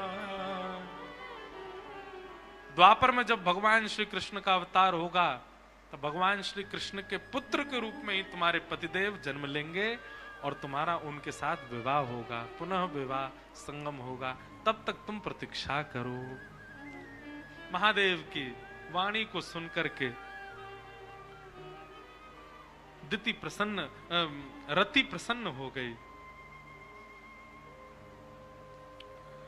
सब देवताओं ने जाकर के महादेव से प्रार्थना करी। बोले, महाराज पार्वती ने बहुत तपस्या की आपकी प्राप्ति के लिए, अब कृपा करके हमारे नेत्रों को आप आनंद प्रदान कर दो। इन नेत्रों के सामने विवाह आपका देखने का हमारा बहुत मन है। ब्रह्मा आदि देवताओं के विवाह के प्रस्ताव को सुनकर के महाराज महादेव जी ने सर हिलाया। बोले, ठीक है, क्योंकि मूलतः तो राम जी पहले वरदान मांग के चले गए ना, उनके बात को हमको पूरी करना है। आहा, तभी सप्तऋषि जिनको परीक्षा लेने के लिए भेजा था, उन्होंने आकर के महादेव को बताया। बोले, महाराज हम परीक्षा लेकर के आए हैं और आपकी जो होने वाली कन्या है वो सकुशल है। अब हम जाकर के हिमालय महाराज को आपका थोड़ा यश सुना दें। सप्तऋषि गए हिमालय महाराज के पास, जाकर के उन्होंने कहा, आपकी पुत्री जिनके लिए तप कर रही है वो साक्षात महादेव हैं, और महादेव बारात लेकर के आएंगे। आप अपने पूरे नगर की तैयारियां करो, सुंदर बनाओ, देवी देवता सब पधारेंगे। महाराज पार्वती जी का तप पूर्ण हुआ। हिमालय ने अपनी समस्त कंदराओं को सजाना प्रारंभ किया। हमारे ब्रज के एक महाराज जी कह रहे थे, आज भी हिमालय का दर्शन करके लोग उसके प्रति आकर्षित हो जाते हैं, इतना सुंदर हिमालय लगता है। वे कहते हैं, बोले हिमालय को सजाया हिमालय ने तभी था जब भगवान शिव की बारात गई वहां। ये आजकल जिस हिमालय का दर्शन हम करते हैं ये तो उतराई है, मतलब घर सजाने के बाद जब थोड़ा थोड़ा सजावट जो है वो धीमी पड़ जाती है, फीकी पड़ जाती है, तब का हिमालय हमको दिख रहा है। जब महादेव बारात लेकर के गए थे तब का हिमालय तो हम देख ही नहीं पाते, इतना सुंदर। आज भी हिमालय जो इतना सुंदर लगता, उसकी आकृतियां, उस पर जमी हुई बर्फ, उसके वृक्ष वल्लरी, ये सब उसी काल में हिमालय ने सजाए थे। क्यों? महादेव की बारात आ रही है। सोचो कैसा सजा है पूरा हिमालय। आहा। पत्र सप्तऋषि सोही दीन्ही, गही पद विनय हिमाचल कीनी। सप्त ऋषियों ने जाकर के हिमालय को कहा कि आप तैयारी शुरू करो, महादेव बारात लेकर के आएंगे। सभी देवताओं को निमंत्रित कर दिया। ब्रह्मा जी ने बोले सब लोग चलो, महादेव बारात लेकर के जाएंगे। महादेव की बारात जानी है। बारात के पद हमारे अनुज जी जेब में रख के बैठे हैं, पता नहीं देंगे कि नहीं। इनसे कही तो दिए एक आध पद दो तो हम गा दें कुछ। इनका मन नहीं है कि आज भी ब्याह हो, इसलिए दे ही नहीं रहे। तब से 3 बार हमने देख लिया। लिखलाए हो कुछ? वाह।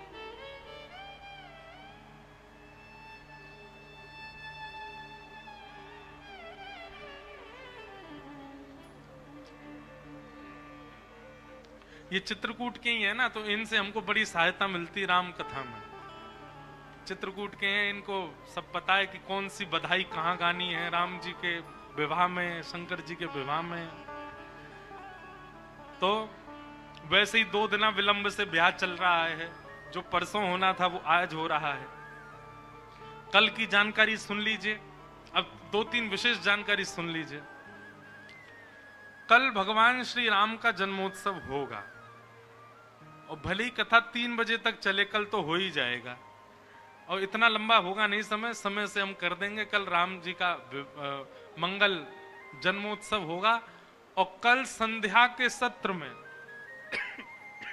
प्यारे गिरधरलाल जी यहां पधारेंगे। और कल राम भेष में गिरधरलाल जी का यहां पर फिर बधाई उत्सव होगा। हम सब लोग बधाई गाएंगे, राम जी को मंगल बधाई देंगे। कल देख लेना, आप सबको पता नहीं चलेगा पर हम सब नाच रहे गा रहे होंगे, उस बीच में महादेव भी आएंगे। राम जी की बधाई गवेगी तो महादेव जी को आना पड़ेगा। और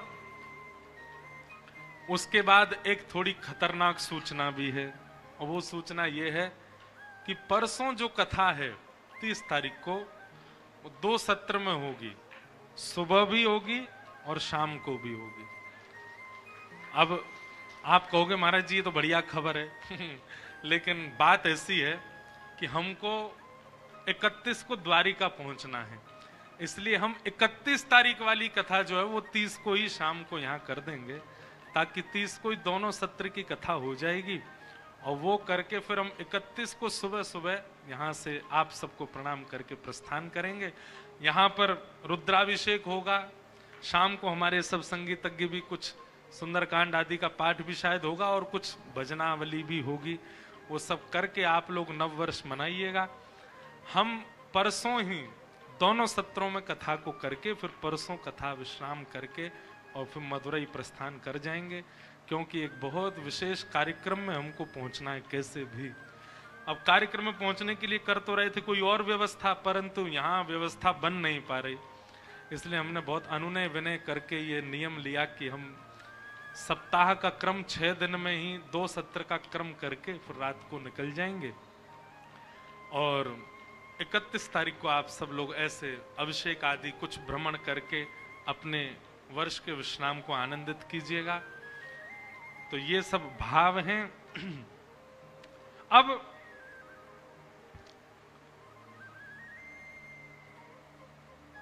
शंकर जी की बारात की तैयारी हो रही है। आहा। लगे सवारन सकल सुर, वाहन विविध विमान, होई सगुन मंगल सुभद, करहि अप्सरा गान। अप्सराएं गान करने लगी, डुमडुमियां बजने लगी, सहनाइयां बजने लगी, मंगल वाद्य बजने लगे। देवताओं ने अपने अपने वाहन सजा लिए, सब तैयारी करने लगे। बोले महाराज सब चलो, महादेव की बारात जाएगी। भगवान विष्णु पधारे। अब बहुत सावधानी से सुनिएगा। आहा, एक तो पहले से ही इतने सुंदर और बारात में जाने के लिए और सुंदर बनकर के आए, शंख चक्र गदा पद्म लेकर के भगवान नारायण आए। आहा, देख करके सब बलैया लेने लगे, कितने सुंदर। ब्रह्मा जी चतुर्मुख चारों का श्रृंगार करके आए और सुंदर, इंद्र भी आए, सब देवी देवता सब पधारे। लेकिन तभी सबने पूछा, बोले कि दुल्हा राजा कहां हैं? बोले अभी भी शमशान में ही बैठे हैं। कुछ नहीं महाराज, बागंबर लपेटे, हाथ की तकिया लगाए पौड़े हुए हैं दुल्हा महाराज। ब्रह्मा जी ने आज जाकर के भगवान विष्णु ने जाकर के कहा, बोले आज आपका ब्याह होना है, नेक सज सवर लो, हैं थोड़े स्नान ध्यान करके नेक शुद्ध है जाओ, बढ़िया सी कोई अचकन पहन लो, सेहरा पहन लो, सिर पर पाग वाग पहन के नेक तैयार है के चलो, ब्याह होना है आपका। इतने में शिव गण आ गए सारे, और भगवान से आगे बोले, देखो भगवान, हमको बहुत दिन बाद ये अवसर मिला, हम महादेव के विवाह में जाएंगे, श्रृंगार आप सब लोग दूर हट जाओ, आप लोग अपने तरीके का आज श्रृंगार हम करेंगे महादेव का। महादेव तो बोले, भंडारी बोले, भैया जा को रुचि लग रही हो वही कर लो। भगवान विष्णु ने शंकर जी का हाथ पकड़ा, बोले एकांत में आओ, आपसे कुछ बात करनी है। शंकर जी एकांत में गए। इतने भोले हैं शंकर जी। भगवान नारायण बोले, देखो ये विवाह हो रहा है, विवाह में मजाक आदि होते रहते हैं, इसलिए बुरा मत मान जाना बात का। शंकर जी बोले, हम तो कोई बुरा मानते नहीं। बोले क्यों? कामदेव आया था, आपने तीसरा नेत्र खोल करके उसको ध्वस्त कर दिया, भस्म कर दिया। कहीं पता चली सारी सरेज ने कोई ने मजाक कर दी, सोई तीसरा नेत्र खुल गयो, जल के राख हो जाएंगी साली सरेज, ये सब मत करना। विवाह का माहौल है, थोड़ी बहुत मजाक वजाक हो तो सहन कर लेना। वैसे तो आप सहन करते हैं, लेकिन आपके गण कभी कभी उत्तेजित हो जाते हैं, इनको सबको संभालना। और बाकी हम सब चल ही रहे हैं, सब संभालेंगे। शंकर जी बोले, मजाक होता है वहां पे? ससुराल में मजाक करते हैं दामाद के साथ? भगवान बोले, हाँ मजाक होता है। तो इसका मतलब है हम भी मजाक कर सकते हैं? नारायण भगवान बोले, कर ही सकते हो, पर लेकिन आप जगत संहारक हैं, उस तरीके का मजाक मत कर देना कि पता चली हिमालय कोई उल्टा थाप दिया पृथ्वी में, ये सब मत करना।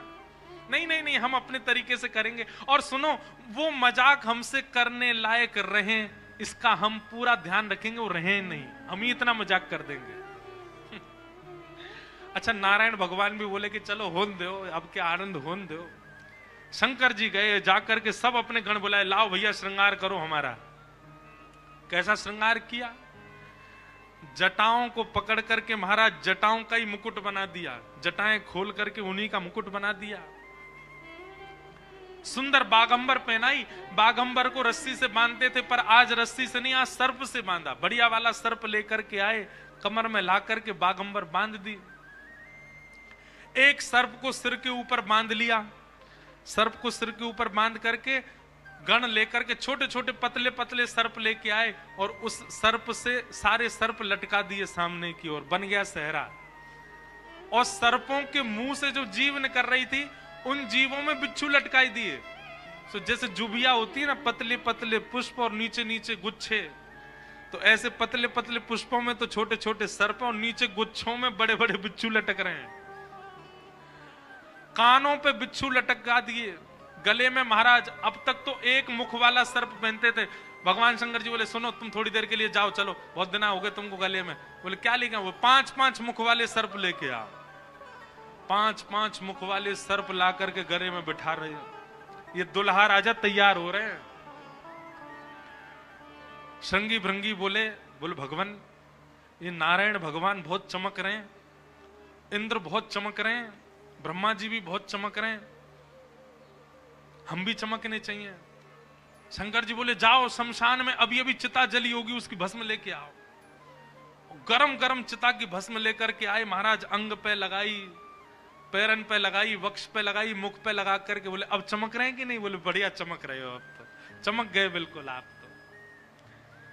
शंकर जी ने ऐसा तैयार किया स्वयं को।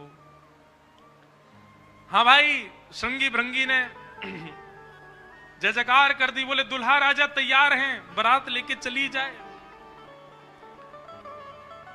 भगवान ने जैसी शंकर जी को देखा बोले जय हो, आज हिमालय में जय जयकार नहीं हाहाकार होगी, ऐसी बारात जा रही है।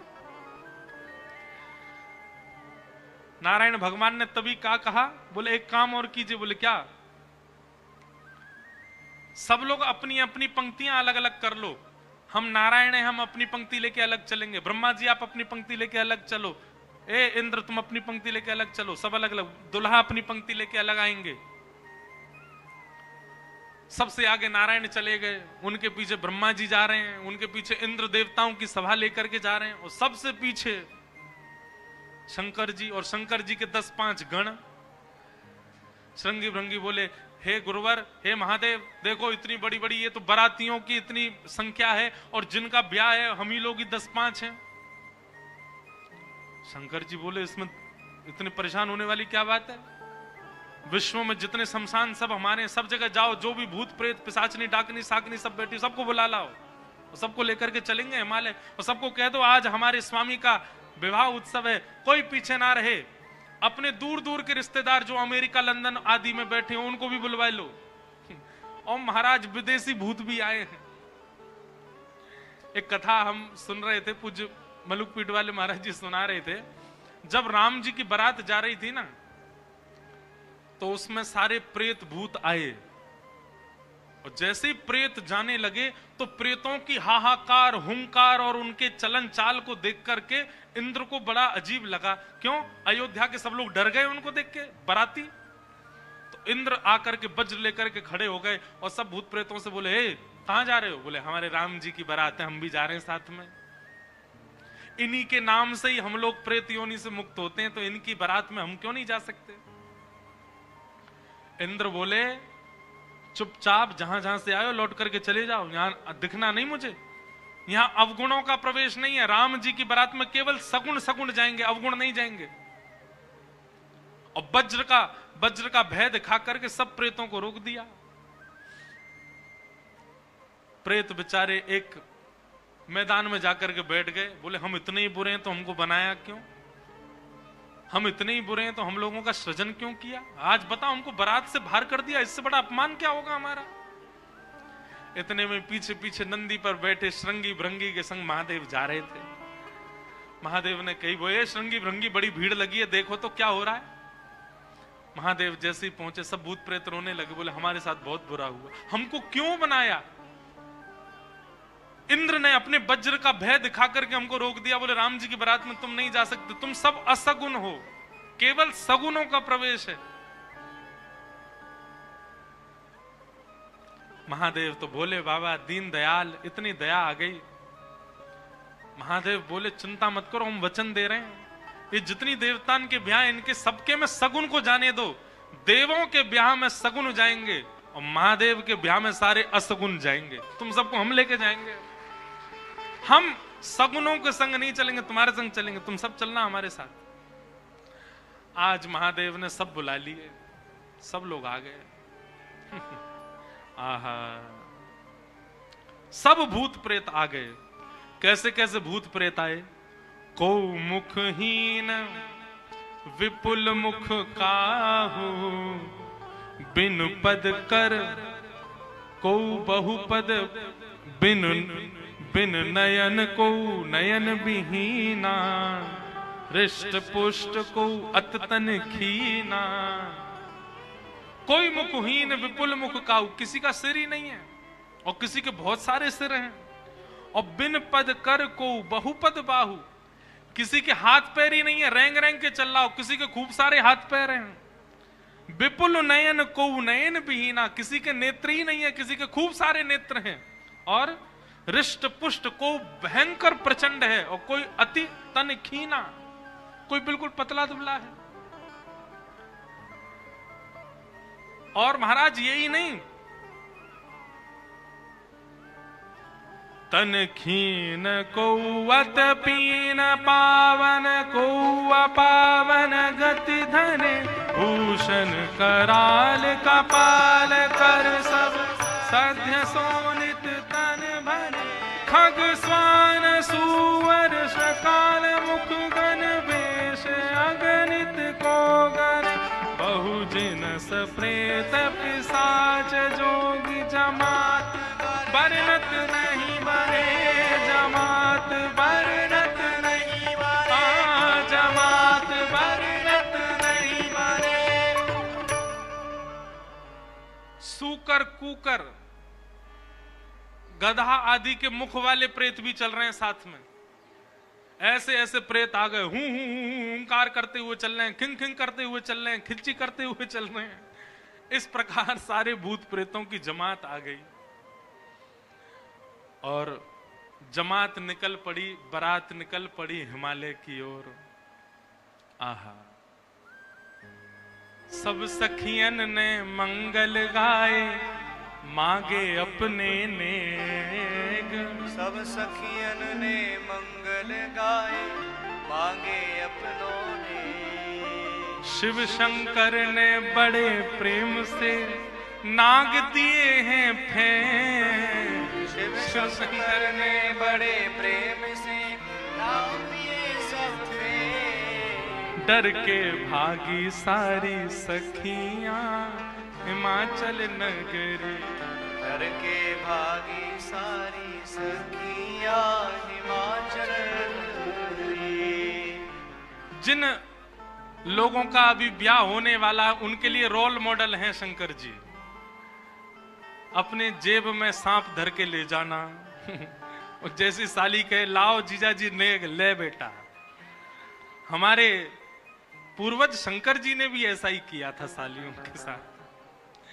तो अब ये तो आपने बहुत आगे की बात बता दी, बीच में तो बहुत कुछ हो गया। क्या हुआ? शंकर जी की बारात जा रही है हिमालय। आहा, पूरे हिमाचल को इतना सुंदर सजाया, इतना सुंदर सजाया।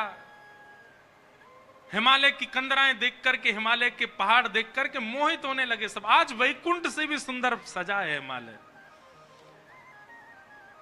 सब सखियां अपनी अपनी अटारियों पर खड़ी हैं, सब अपने अपने द्वार पर खड़ी हैं। आरती का थाल लेकर के मैना देवी खड़ी हैं और दूर दूर के रिश्तेदार नातेदार सब खड़े हैं। बोले नारद जी ने भैया ऐसा सुयोग वर बताया है, दूर दूर तक मिलेगा नहीं, तीनों लोकों में ऐसा वर नहीं मिलेगा। बारात के गाजे बाजों की आवाज आने लगी। ज्यों ज्यों गाजे बाजों की आवाज आए, हिमालय के लोग और उत्सुक होते जाएं, हमारे दुल्हा राजा आ रहे हैं।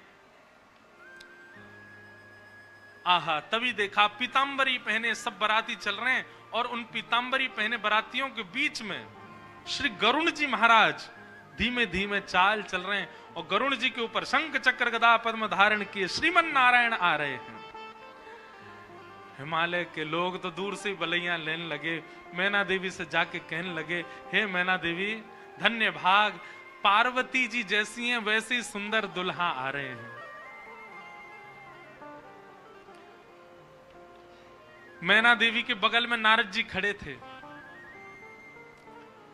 मैना देवी बोली, मैं किस मुंह से आपका धन्यवाद करूं? आपने मेरी पुत्री के लिए ऐसे सुयोग वर ढूंढे। नारद जी बोले, नहीं नहीं, ये तो उनके मिलने जुलने वाले हैं, ये दुल्हा नहीं है। ये तो दुल्हा से ऐसी उनकी मित्रता है, प्रेम मानने वाले हैं। मैना देवी सोचने लगी, जिनके मित्र इतने सुंदर, मिलने जुलने वाले इतने सुधरे हुए, इतने स्वच्छ, इतने सुंदर, दुल्हा तो जाने कैसे ही होंगे। नारायण भगवान आए, माल्यार्पण किया, सब लोग ओहो महाराज, पूरी हिमालय नगरी तो नारायण को देख के ही न्योछावर हो गई। और फिर हवा की तरह बात फैल गई, ये तो दुल्हा के मित्र हैं, दुल्हा तो भी पीछे आ रहे हैं।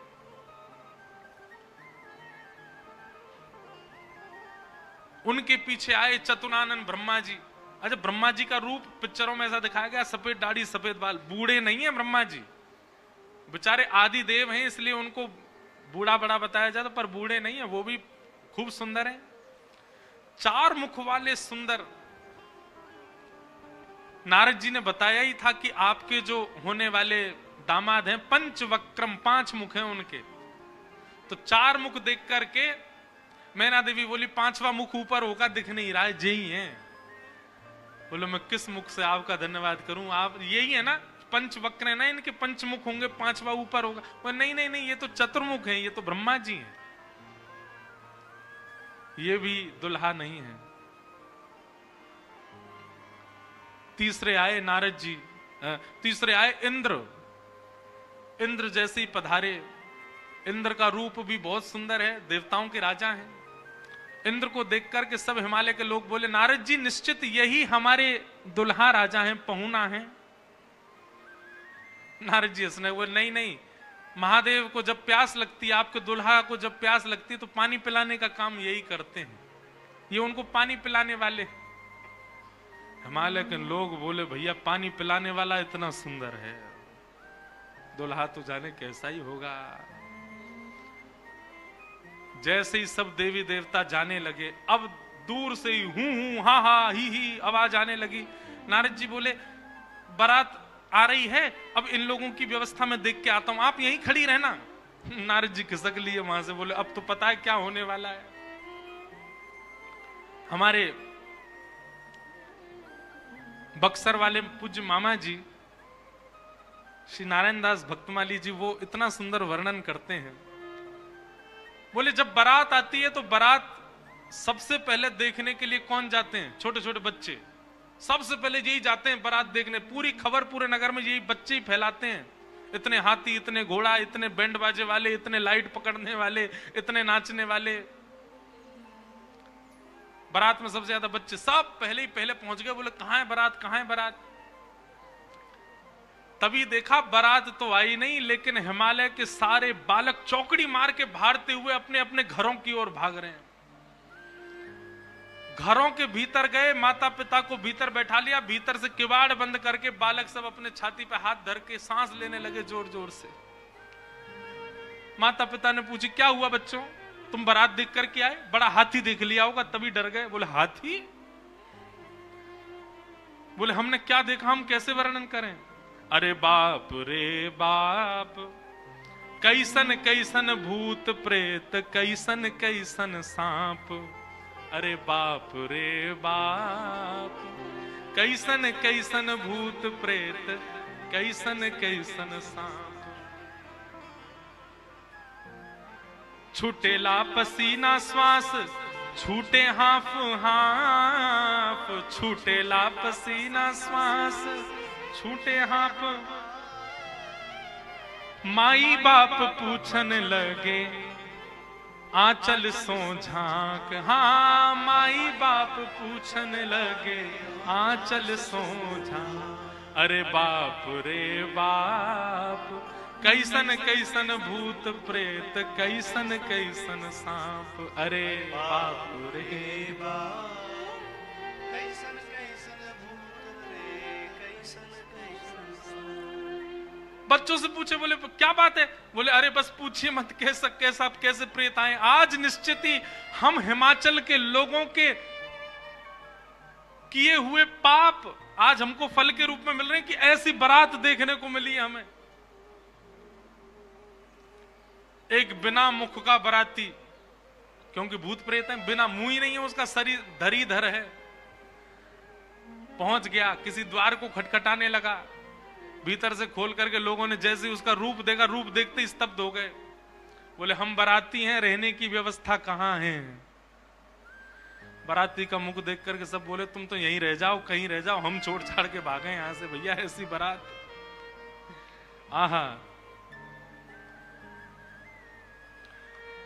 ना जाने उदय भैले कौन नगर पाप। ना जाने उदय भैले कौन नगर,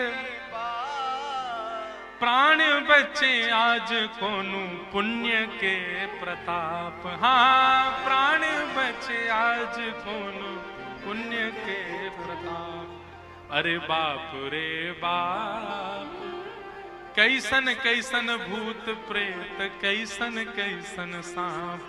अरे बाप रे बाप, कैसन कैसन भूत प्रेत, कैसन कैसन सांप। सब हिमाचल के लोग बोले भैया अगर किसी ने पुण्य किया होगा तो ही बचेगा आज बारात देख करके, नहीं तो जीवित बचने वाला नहीं है। ऐसी प्रचंड बारात आ रही है। शिव के बारात के विचित्र पडल छाप। शिव के बारात के विचित्र पडल छाप। नगरी सुनसान भैला लागे कुटिया काप। हाँ नगरी सुनसान भैला लागे कुटिया काप। भैया कहीं बारात आती है तो पूरी नगरी में सब लोग इकट्ठे होते हैं देखने को, पर आज हिमालय की नगरी पूरी सुनसान हो गई है बारात देख करके, और सब अपने घरों में घुस करके केवल कांप रहे हैं, राम राम जप रहे हैं, बोले आज बचा लो कैसे भी। एक जगह एक आदमी शरबत लेकर के खड़ा था बारातियों को पिलाने के लिए, खूब सारी शरबत के पात्र थे। इतने में ही एक बाराती पहुंच गया। बाराती समझ जाओ कौन भूत ही था। हिमाचल महाराज ने कहा था कोई बाराती परेशान नहीं जाना चाहिए, और बस शरबत वाला तो बाराती को ही देखता रह गया। बाराती आए और आकर के शरबत उठाए, शरबत उठा करके पीना तो दूर, उससे स्नान और कर लिए, शरबत में ही नहा लिए। शरबत में स्नान देख करके शरबत बटोरने वाला भाज गया। वहां मैना देवी और हिमाचल महाराज खड़े थे। कर्मचारी दौड़े दौड़े आ रहे हैं, बोले बारात आ गई, तुमने शरबत पिलाया? हाँ पिला दिया। पिलाया नहीं, नहला दिया।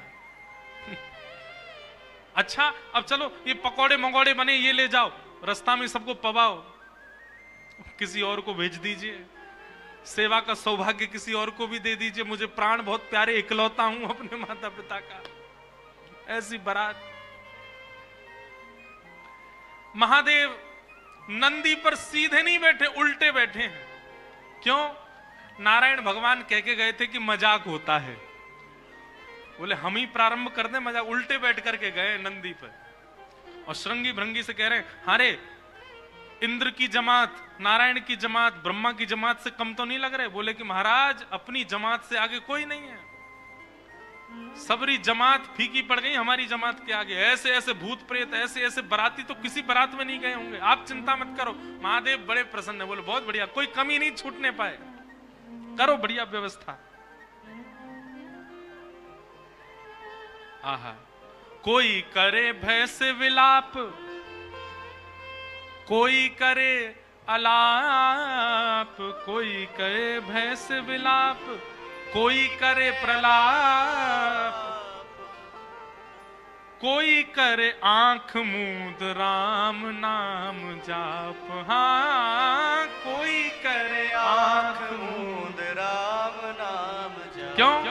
अरे बाप रे बाप, कैसन कैसन भूत प्रेत, कैसन कैसन सांप। अरे बाप रे बाप, कैसन कैसन भूत प्रेत, कैसन कैसन सांप। कही लगन नारायण, मिट सब कर संताप। कहने लगे नारायण, मिट सब कर संताप। शिव जी दयालु दीन, उठ पल के थाप। हाँ शिव जी दयालु दीन, उठ पल के थाप। अरे बाप रे बाप, कैसन कैसन भूत प्रेत, कैसन कैसन सांप। अरे बाप रे बाप, कैसन कैसन भूत प्रेत, कैसन कैसन सांप। शिव जी की बारात आ रही है महाराज। मैना देवी हाथ में थाल लेकर के खड़ी हैं। भूत प्रेत पिशाच डाकनी साकनी ये सब तो नगर में ही व्यस्त हैं। नगर में ही जितने लोग थाल ले लेकर के खड़े थे वो उनसे तो ले ही लिया, अब नगर में घरों में घुस घुस करके उनके घर की सामग्री निकाल निकाल के पा रहे हैं। बाराती आए हैं, श्रृंगी भृंगी के साथ में नंदी पर सवार होकर के महादेव जैसे ही मुख्य द्वार पर पहुंचे। नंदी विशाल, यहाँ के नंदी देखे आपने महादेव के सामने कैसे विशाल नंदी। नंदी नंदी दिख रहे हैं, अभी दुल्हा तो दिख ही नहीं रहा। नंदी इतने सुंदर। नंदी का पूजन किया, पूजन करके महाराज मैना देवी बोली दुल्हा कहाँ है? नंदी के ऊपर बैठे। किनारे आकर के देखा तो उल्टे बैठे, मुख तो दिख ही नहीं रहा है, पीछे का अंग दिख रहा है। मैना देवी बोली श्रृंगी भृंगी से, बोले दुल्हा राजा को कहो घूम जाएं, उल्टे काय को बैठे। श्रृंगी भृंगी बोले ये देव नहीं है, महादेव हैं, ये नहीं घूमेंगे, ये जैसे बैठे वैसे ही रहेंगे। बोले तो फिर तिलक पूजन कैसे होगा? बोले नंदी घूमेगा। नंदी उल्टा जब हुआ तब महादेव बैठे हैं और सबरे काम खराब करवाने वाले श्रृंगी भृंगी हैं। आप नीचे मत उतरना, आप दुल्हा हैं, सासू जी ऊपर आएंगी तिलक करने। शंकर जी भी बिल्कुल भोले भाले, जैसे बता दो वैसे कर रहे हैं। अच्छा, भगवान नारायण वैसे तो बड़े प्रिय हैं, पर वो भी दूर खड़े खड़े उनको भी आनंद आ रहा है। बोल बढ़िया है, ऐसी भी बारात एक होनी चाहिए, तो जीवन भर याद रहे सबको।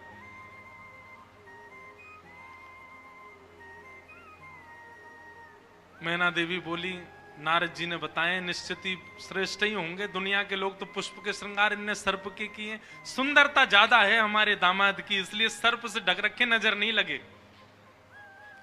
श्रृंगी भृंगी से कही, नेक तो कहो दुल्हा मुखमंडल दिखाए। महाराज सर्प की लड़ों को हटा करके जैसे ही महादेव ने अपना मुख दिखाया, प्रचंड रूप महादेव का देख करके पूरे मुख पर भस्म लगी हुई थी महादेव के, और भस्म लगा करके तो वैसे हाउ बिलाऊ सा लगता व्यक्ति, वो भी महादेव। भस्म लगी है, भस्म के ऊपर ही काजल लगे हैं, भस्म के ऊपर ही पान चबा रखा, मुख से महाराज लाल लाल लर निकल रही हैं। ऐसे विचित्र महादेव को देख करके मैना देवी तो वही मूर्छित होकर के गिर गई, हाथ से थाली वाली गिर गई, चीख मार करके जितनी सखियां थी सब भागी वहां से। महादेव ने श्रृंगी भृंगी को देखा, श्रृंगी भृंगी तो आश्चर्यचकित पड़ गए। महादेव बोले, तुम लोगों के मुख इतने मुरझाए से क्यों लग रहे हैं? बोले, भगवान स्वागत करने आई थी, ये तो मूर्छित ही हो गए। महादेव बोले, सब नगरों के अपने अपने रिवाज हैं, यहां मूर्छित होना ही रिवाज होता होगा। दुल्हा को देखते ही सासू मां मूर्छित हो जाती, यही रिवाज होगा। चलो अपने जनवासे में चलें। और जनवासा कहां है? शमशान घाट। जनवासा बनवाया था लेकिन वहां नहीं गए, जहां पर जा सारी बारात वहीं पर जाएगा दूल्हा। और सारी बारात कहां है? वो तो शमशान में। शमशान में जाकर के दुल्हा राजा बैठ गए और बार बार श्रृंगी भृंगी से कहें, कोई कमी तो नहीं? बोले, नहीं, बहुत बढ़िया है, सब बिल्कुल बढ़िया है। भगवान नारायण बोले, भैया अब हमको चलना चाहिए, महादेव से बात करनी चाहिए, ये तो ऐसे तो काम बनेगा नहीं, ऐसे ब्याह कैसे होगा। नारायण भगवान गए और भगवान जाकर के शमशान में बैठे महादेव से जाकर के बोले, यहां क्यों बैठे हो आप? बोले, नगर में कोई है ही नहीं तो कहां जाएं, यहीं बैठेंगे। नगर तो पूरा खाली पड़ा है, कोई है ही नहीं स्वागत करने के लिए। एक माता जी जरूर आई थी, जो बता रहे थे वो हमारी सासू मां, वो भी मूर्छित। बोले, मूर्छित हो गई? शंकर जी बोले, मूर्छित नहीं हुई, सत्यता हम बता रहे हैं आपको। और क्या हुआ था? बोले, हमने उनकी थाली की ओर देखा, थाली में वो जल का लोटा लेकर के खड़ी थी। जल का लोटा उन्होंने फेंक दिया। क्यों फेंक दिया? उन्होंने सोचा जब हमारे दुल्हा की जटा से ही गंगा निकल रही है तो इनको सामान्य लोटा क्या दिखाएं हम, इसलिए उनका लोटा गिर गया। हमारे जटा पर जब उन्होंने सुंदर चंद्रमा को बैठे देखा तो उन्होंने कहा, जिसका तिलक ही चंद्रमा है उसको हम रोरी चावल क्या लगाएं, इसलिए रोरी चावल छूट गए। नारायण भगवान बोले, हमने सुना आपकी सासू मां मूर्छित हो गई। बोले, मूर्छित नहीं हुई तो दुनिया की सास जमाई की आरती करती हैं, बलैया लेती हैं, दामाद सासू को प्रणाम करता, पर हमारे रूप पर न्योछावर होकर हमारी सासू मां ही दंडवत करने लगी हमें। मूर्छित नहीं हुई है। शंकर जी को हृदय से लगा, कितने भोले हैं आप। यहां नारद जी पहुंचे। अब महाराज अंदर तो मातम मन रहा था, सब लोग पार्वती जी को घेर करके बैठे हैं। मैना मैया जैसे तैसे होश में आई, होश में आकर के बोली, हमने नारद का क्या बिगाड़ा? ऐसा पति, इसके लिए इतना घनघोर तप करवाया पार्वती जी से, हमने नारद का क्या बिगाड़ा? आहा, नारद जी महाराज तभी आ गए। ये संत का लक्षण है, केवल माला पहनाई जा रही हो वहां पहुंच जाए नहीं, जहां पर सब लोग महाराज दांत कसकस आ रहे हैं कि नारद जी मिल जाएं तो हम उनको बताएं, नारद जी पहुंच गए वहां बीच में। संत का लक्षण है कि जहां अपमान की भी स्थिति बने वहां जाने में भी जिसको संकोच ना हो वो संत है। नारद जी आ गए। नारद जी आकर के समझाने लगे और मैना मैया से कह रहे हैं, क्या? तब नारद सब ही समझावा, पूरब कथा प्रसंग सुनावा, मैं ना सत्य सुनहु मम वाणी, जगदम्बा तब सुता भवानी। मैया मुझे अभी अभी सत्य पता चला, मुझे ऋषियों ने बताया, मुझे भगवान ने बताया ये सत्य, क्योंकि मैं स्वयं आश्चर्यचकित था। इतनी सुंदर के लिए महादेव पधार। मैंने पहले तो बता ही दिया था कि आपके दामाद कैसे होंगे, पर इन दोनों का जो ये योग बना है, इसमें मैं और आप और कुंडली कुछ नहीं कर सकती। मैं और आप इसमें कुछ सहायक नहीं है। आपकी पुत्री जो है ये साक्षात जगदम्बा है, साक्षात भवानी है, ये साक्षात सती रूपा है। पहले यही सती रूप बनकर के आई थी, महादेव की अर्धांगिनी बनी। किसी कारण से इनको देह त्याग करना पड़ा, और देह त्याग करते समय इन्होंने ही हरि से मांगा था कि जन्म जन्म शिव पद अनुरागा, और उसी कारण से ये पार्वती बनकर के आई हैं। मेरे और आपके चाहने से विवाह नहीं हो रहा है, ये भवानी है, और भवानी सदा शिव की होती है।